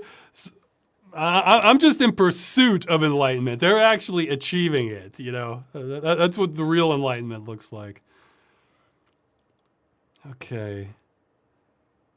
Someone wrote a lot, but the takeaway is that they like watching me suffer in bad games. Well, you'll be happy with some of the follow-up. Don't worry. We do a game session with fans again. Yeah, actually, I don't know when, but for sure I'll do one of Secret World Legends. So if you want to join me on a raid in that, which you need a higher level character, you can start grinding it now if you want. Because I'll probably do something like that in October. But I'd still like to do more. I mean, maybe I'll get back at Plant Side too, or I'll find another game or something like that. But I could definitely be overestimating the how many people will actually join though. Do you ever listen to or have any knowledge of K-pop? I've heard Gangnam Style. That might be about the extent of it. I feel like from what little I've heard of K-pop, it sounds exciting and I see the appeal, but I feel like you almost like it's almost required that you be on a sugar high to fully appreciate it. So it doesn't. I maybe need. It's just a little. I don't even know what the right words are for it, but it just doesn't. I get the appeal, but it's not quite my kind of music, you know. Like other kinds of music, I just don't even like it or get the appeal. But so it says K-pop fans are the worst. Okay, well, Gangnam Style is a fun. Yeah, I mean that's one of the biggest videos ever. So I mean, it's a fun video. You know, it's I mean it's catchy, you know, but I don't know. I don't have the right words for this, but I'm not against pop music, but I feel like I like the feelings I get from like different kinds of music more. You know what I mean? And even then, some pop music I hate. The main thing I didn't like about K-pop is it just gets like really fast, I think. And just it's like, and it's so bright and pop that it's just like, yeah, you know, it's like having like a candy that's too sweet, you know? So I mean, maybe I'm mixing up K-pop and J-pop. I don't know. It's all kind of the same thing in my head. But yeah, I think that's a good analogy. It's like having a piece of candy that's just too sweet. You know, it's like, you know. Okay. I definitely know about Dwarf Fortress. I hope to do more with it eventually. I'll leave it at that. I tried playing some of Marathon, but it got pretty maze-like for me fast.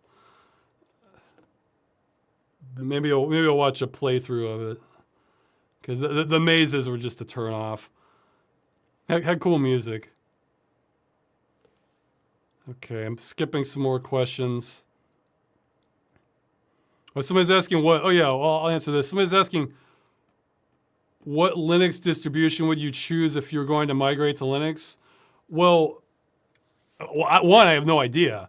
Two, for GUI purpose, see, there's kind of two different questions where my mind's at with Linux. One is just pure GUI. See, that's what I was hoping. I was hoping people would show me like demos of like the coolest looking functionality and themes, or well, two different things. On the function end, I wanted to see all this exotic stuff you could do with Linux. So like, oh wow, that does look faster. And on the other hand, I wanted to see. Yeah, I didn't explain this so well in the video. I want to see like, oh, what are just the nicest looking themes? Because I feel like mid 2000s actually had a lot of good, nice looking themes for it. They had room for improvement. You know, they weren't like the best ever. And then instead, it's just like everything went flat and solid colors. It's like, you know, So, I mean, I say everything, like a lot of what I saw. And the functionality stuff, there was some of that, but put it like this. I was talking about like nuggets of wisdom. All the most interesting things I thought like, wow, there's a lot of potential here with the ideas. I feel all the samples I saw on Linux for like that were like from 10 years ago or 9 years ago. So it's like, man, this has just been the stagnation is real, I think. Yeah, that's a good way to put it. The stagnation is real. Or either that or it's really hard to find. But in which case, yeah, if it's just been going this whole time and I just can't find it, great, let's see more of it. But okay, so that's one for the GUI. I have no idea which distro. So I want to see what are the nicest looking ones, you know? Hey, maybe it still functions a lot like Windows, but it just looks a lot better. I want to see like what are the best sort of like non-flat themes there are out there, you know? Because I mean, if you prefer flat, great. You have lots of choices. If you don't, you really have to kind of search for them. And I think it didn't used to be like that. And the other aspect is what would be the best for gaming? And I'm not talking ease of use. I am talking like runs the most number of games, period. And just at their best quality, you know, forcing anti-aliasing, that sort of thing. I don't know, you know. Again, one person recommended Ubuntu Mate to me for that, so I've been messing around with it. But yeah, just what gets you the highest number of games, period. Especially older ones. Like for, you know, stuff that maybe it doesn't run on Wine, but there's some other tricks to get it running another way through, like you know, like, well, I'm going on way too long. Man, I meant to make this short. Now it's like, okay, it's getting way too long. Okay, I'm at the end. Okay, I'll take some live questions quick. Sorry this took so long. Put 3 equal signs, if you can, in front of the question. I'll try to answer as many as I can. And one of the other questions I saw, yes, I'm willing to go on other people's podcasts, but I think they kind of need to have me. They kind of need to want to have me. I'm not like seeking out to go on others unless I thought I would do something. Okay, I'm skipping even some of the live ones. Let's see. When it comes to watching playthroughs of games, do you watch long plays or let's plays? Oh, I tend to watch like the no commentary stuff. I think that's long play. I mean, maybe if it was somebody I really liked, then I might watch. I like their presentation style, but like again, I think he hasn't updated in a while. I enjoyed watching videos by Stan Birdman on YouTube. I enjoyed stuff by Tom White. Although Tom White at Weird Video Games. Although even with Stan Birdman's really good at improv. So see, that's the thing. You need to be good at improv if I want to be watching your stream. Actually, not to knock Tom down. I mean, he's not awful, but I'd much rather watch a video Tom put together, you know, Weird Video Games, that he put together and edited and put out, because then he's going to be much more rapid fire with his wit and have great presentation, that sort of thing. Where if he's just streaming, it's okay, but it's, you know, I'm spoiled for choice in terms of entertainment. So yeah, when I'm watching a game, it's usually just without the commentary. I want to just kind of see the game, you know, because I've decided I'm not going to play this game, but I'm interested in it. You know, they have an interesting world or story, that sort of thing. Do you dislike melodrama? Yeah, generally. I mean, if it's done for comedic effect, it can be fun, you know. But I mean, then it's not really melodrama. It's just sort of fake melodrama for the sake of comedy. But yeah, I'm not in the melodrama. Let's see. Have you gone through most of the music suggestions that were sent to you, or do you need to do? I need to do more. Also, what about podcast suggestions? See, those I might have lost track of. I might need to dig through my emails more. You could send another reply on that if you wanted.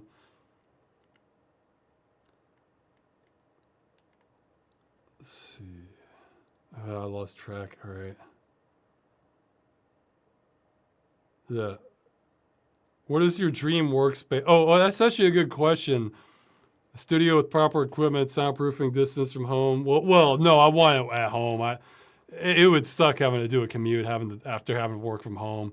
I bet a lot of people during the pandemic are thinking that too.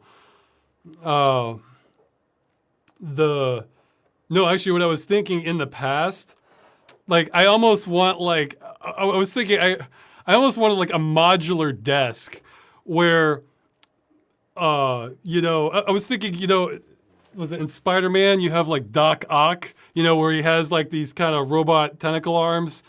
Well, I was thinking I would want to see a desk he designed where, like, okay, I hit one switch, I have like a keyboard and mouse or something. Another switch, like the microphone comes down and like a camera comes up for streaming. Maybe multiple monitors come up, for reading chat, that sort of thing.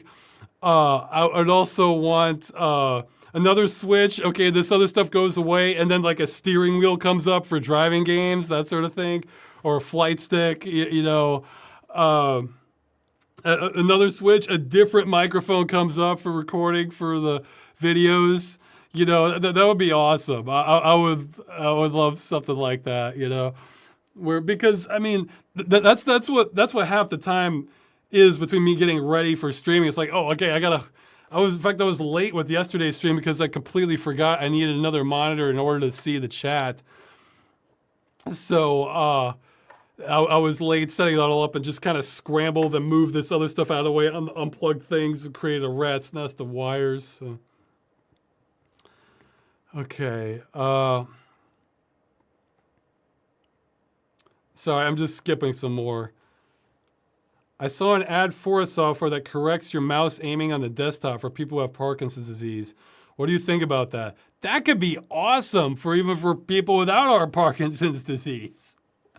Maybe I should look into that. So I just kind of move to the general direction and it locks in, but it's tricky because I imagine you would get a lot of false hits, so it may not be. I think for me, I probably want to go more with mouth gestures. Hey, if the gestures were basic enough, they could even work for people who have that, depending on how severe it is. Because, yeah, maybe if your hand's shaking, you could still move it forward or something, forward and back. That actually might help. I would think, though, you might actually want just a different peripheral entirely. Yeah, actually, I saw, was it a Linus Tech Tips video I saw when I was looking at other stuff where they actually found a way to type just by moving these kind of big switches. That was interesting, So, yeah, so you might even want like a custom peripheral for if you have some handicaps there. But hey, all the more reason to kick open options for the GUI. I'm just complaining because of efficiency and I want it to look nicer.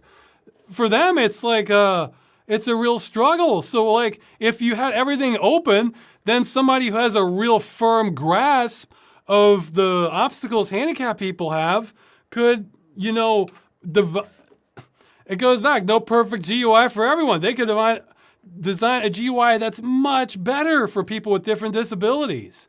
I was actually thinking with the mouse I left this line out of the video. I was actually thinking, like with mouse gestures, you could literally do things blindfolded because you just know the gesture, and move the mouse around like that. And that's helpful, for some people.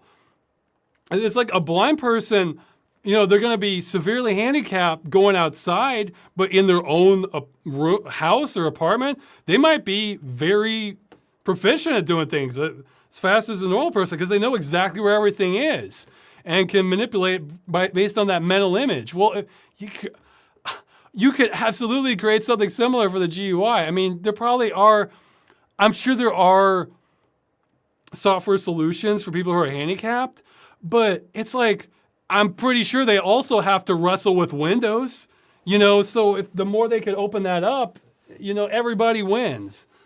So, yeah, no, that's an excellent point that hadn't even occurred. I'll mention that in the follow-up. That hadn't even occurred to me. But, yeah, That totally makes sense. I mean, I'm just complaining because I'm annoyed. For them, it's a real obstacle. So. Yeah, I remember that made EA look so bad with when they released Dead Space on PC because they made it so you couldn't remap the controls. And then I think it was I forget what disability he had, but this handicapped gamer was coming up, and he couldn't play the game because he couldn't use his controller in order to play. I was thinking, yeah, that's great PR, EA. Good job. You know, like. Good job, like, you know, shutting out handicapped people from your game because you can't be bothered to have remappable controls. Yeah, you know, I was thinking, yeah, that's exactly the PR they deserve.